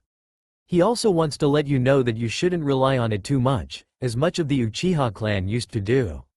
And finally, Minato wanted to tell you that he's proud to have been your sensei, and wishes you would stop spending so much time here. While it is good to acknowledge the deaths of comrades, you shouldn't dwell on it too much and let it consume you. Never let their deaths be in vain, but don't obsess about what you could have done to prevent it. With the soul's messages relayed, he disappeared into the forest, walking at a slow pace towards the academy, leaving the Junin to stew on what he had said. Half an hour later, just as he was about to open the door to his class, a poof of smoke appeared next to him, revealing the same man he had left at the memorial. Naruto opened the door and peered inside, seeing that only Sakura and Sasuke were left, and were absolutely livid at having to wait 3 hours for both their teammate and sensei. Naruto quickly ducked back out before they could notice him, nodding to the cycloptic Junin beside him. "Hitaki Kakashi, I presume? I'm Naruto, one of your students. Your other two are in there." After notifying his students to meet on the roof, the gray-haired man poofied up to the meeting place, seeing his third student already waiting for him. He decided to ask the question that had been burning in his mind for the past half an hour, since the other two wouldn't be up to the roof quite yet. "How were you able to know what the dead were saying? Normally, I'd be suspicious that you were faking it, but with all the information you gained from just praying there, as well as the mysterious flowers blooming spontaneously while you were paying your respects, I believe you actually did talk to the dead." Naruto flicked his golden eyes to rest on his teacher's one eye as he gave a wan smile. He figured he could let his teacher in on at least one secret, as all records of the ancients had been destroyed ages ago from the time compression. "I am deeply connected to the planet, so I am able to converse with the lifestream, the blood of the planet, which is simply all the souls of the dead as well as their energy. I noticed you were staring hard at 3 specific names, so when I was giving my respects for the Konoha souls that gave their lives for their home, I singled those 3 out and told them that you seemed to be grieving heavily over their deaths. They wanted me to pass on the message to you so that you wouldn't get stuck in the past, forever obsessing over some decision that took too long, some option overlooked." The teacher was stunned at his student, his eye crinkling up into an upside-down U, showing that he was smiling behind the mask. "Well, I suppose that answers that question. I'd like to talk with you a bit later, though. Here come your teammates." Sasuke opened the door to the roof, his clothes and hair looking rumpled, and the glint in his eyes absolutely murderous. Sakura followed at a comfortable distance, red, parasitically attached to his arm, and was giggling in a way that she must have deemed seductive. Kakashi chose to further infuriate them with his patented eye smile, acting as if nothing was wrong. Naruto was hard-pressed to not let out a snort of laughter when he realized what the teacher was playing at. Genova and Ultimecia, having no such restrictions on their behavior, were placing bets on which of his 2 teammates would be the first to snap, and when. "Now that we're all here, how about we do introductions? Name, likes, dislikes, hobbies, dreams. Pinky, you first." Sakura twitched at the nickname, a vein standing out in stark relief against her temple as she fought to control her anger. Her split personality was having a field day in her head, yelling out curses and punching the air. She chose to smile sweetly and put a finger to her lip, curling closer to Sasuke and quite possibly cutting off circulation through his arm. "Kakashi-sensei, can you go first?" Finding a new opportunity to infuriate his charges, Kakashi started it off with another eye smile. "My name is Hitaki Kakashi, Kakashi-sensei to you 3. I have some likes. My dislikes, dreams. I have some hobbies." Genova and Ultimecia were watching through the monitor, popcorn in hand while counting out, how many ticks until Sakura gets an aneurysm. The score so far was 8, and still no brain bleeding. They were sure she would crack soon, though. "Pinky, you go next." 9. My name is Haruno Sakura. Here she smiled like a shy girl, acting as if she wasn't trying to somehow meld her body into Sasuke's. If her death grip on his arm was any indication, my likes are, well, the person I like is. Here she giggled and snuck a not-so-secret look at Sasuke, getting a light blush on her cheeks. My dislikes are Ino, Buddha, Pig. At this point her alternate personality came into play, killing intent flaring from her as flames not unlike the flames of youth burning in her eyes. After calming down, she continued with her introduction. My hobbies are. She sent another not-so-secret glance at Sasuke and blushed, again. And my dreams. At this point Naruto whipped out 2 sets of earmuffs, placing one set on his head, and one on Kakashi's head. Just in time, too, because her squeal was loud enough that it shook the foundations of the building, the sound even going through the ear protection to cause a slight headache. Several dogs all across Konoha, as well as the entirety of the Inuzuka kennel all howled in agony at the pitch. After removing the ear protection, Kakashi sent a thankful glance to Naruto, who was currently staring in awe at how powerful that girl's lungs must be.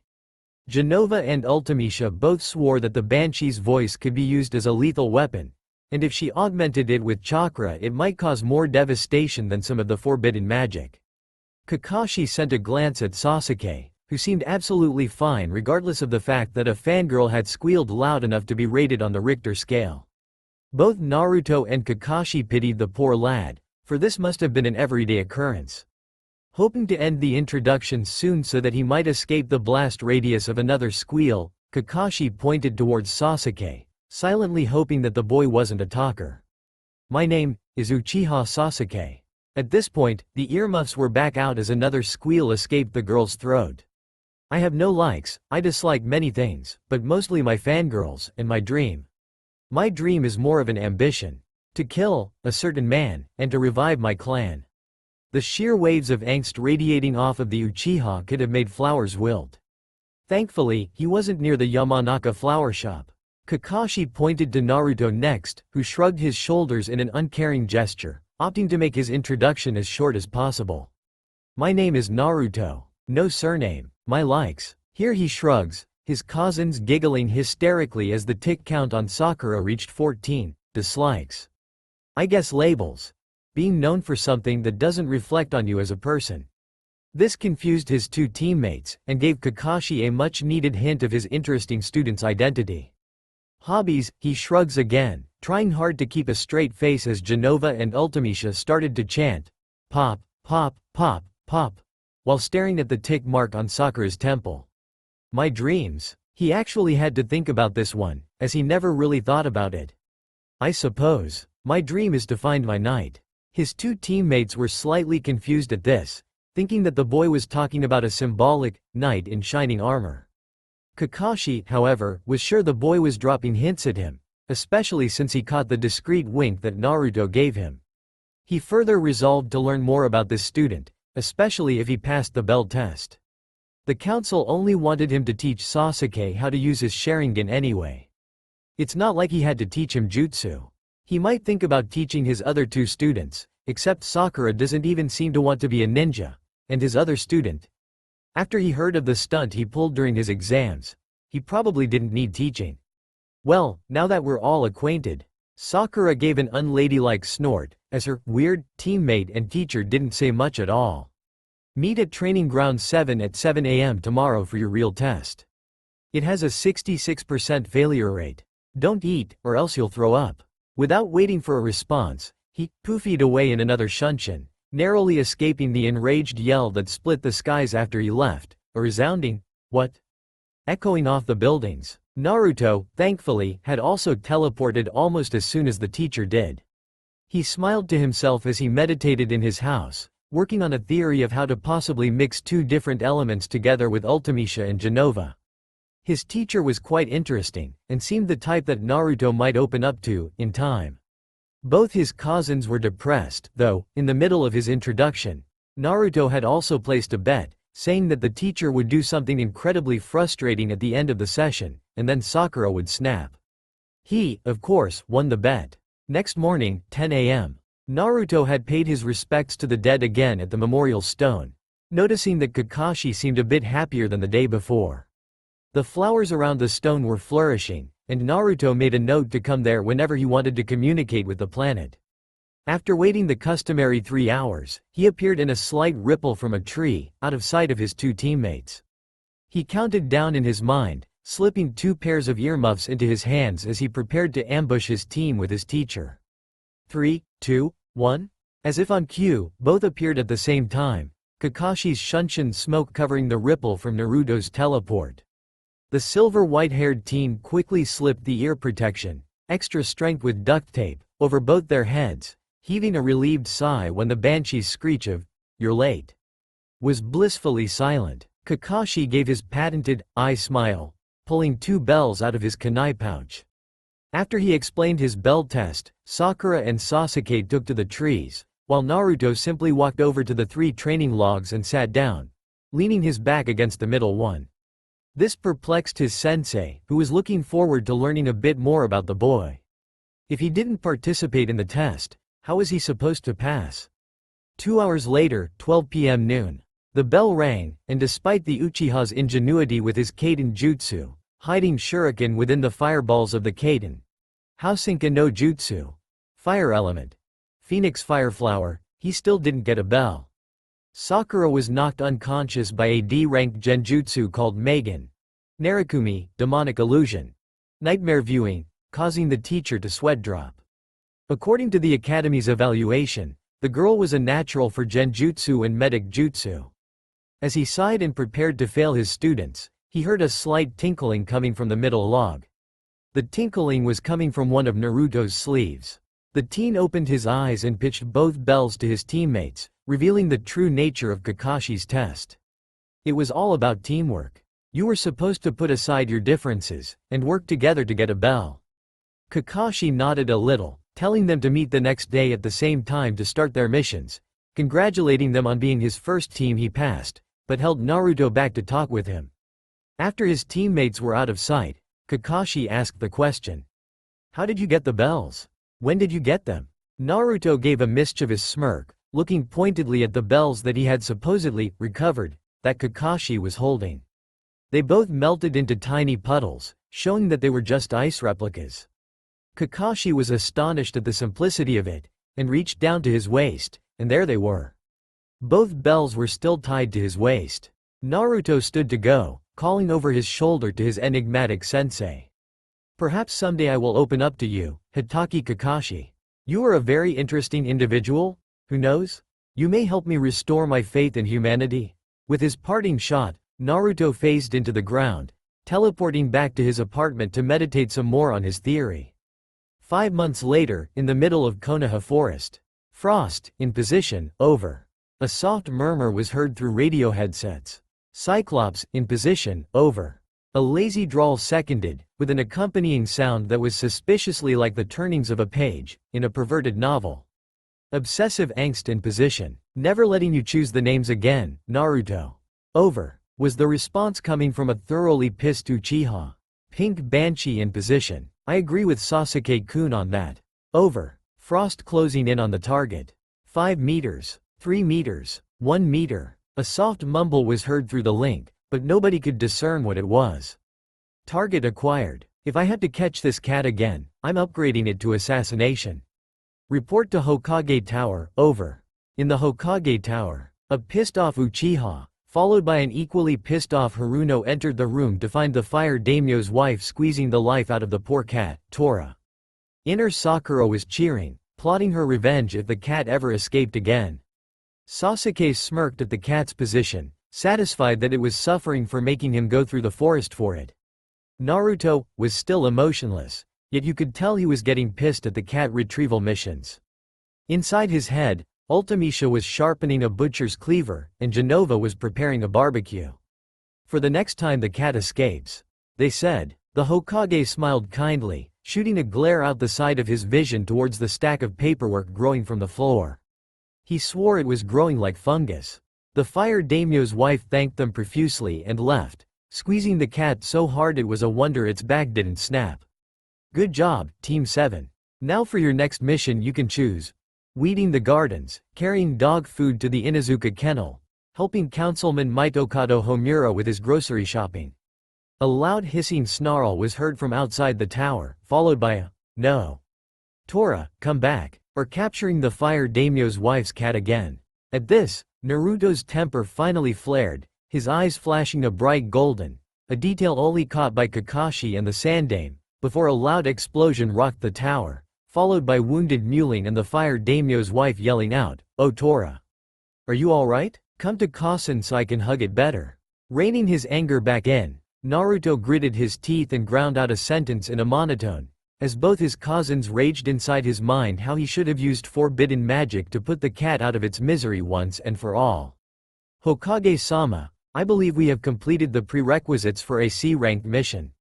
If you do not cooperate with this demand, then I'm afraid I'll hire myself for a solo assassination mission on that cat. And I promise Genins will never have to chase it again.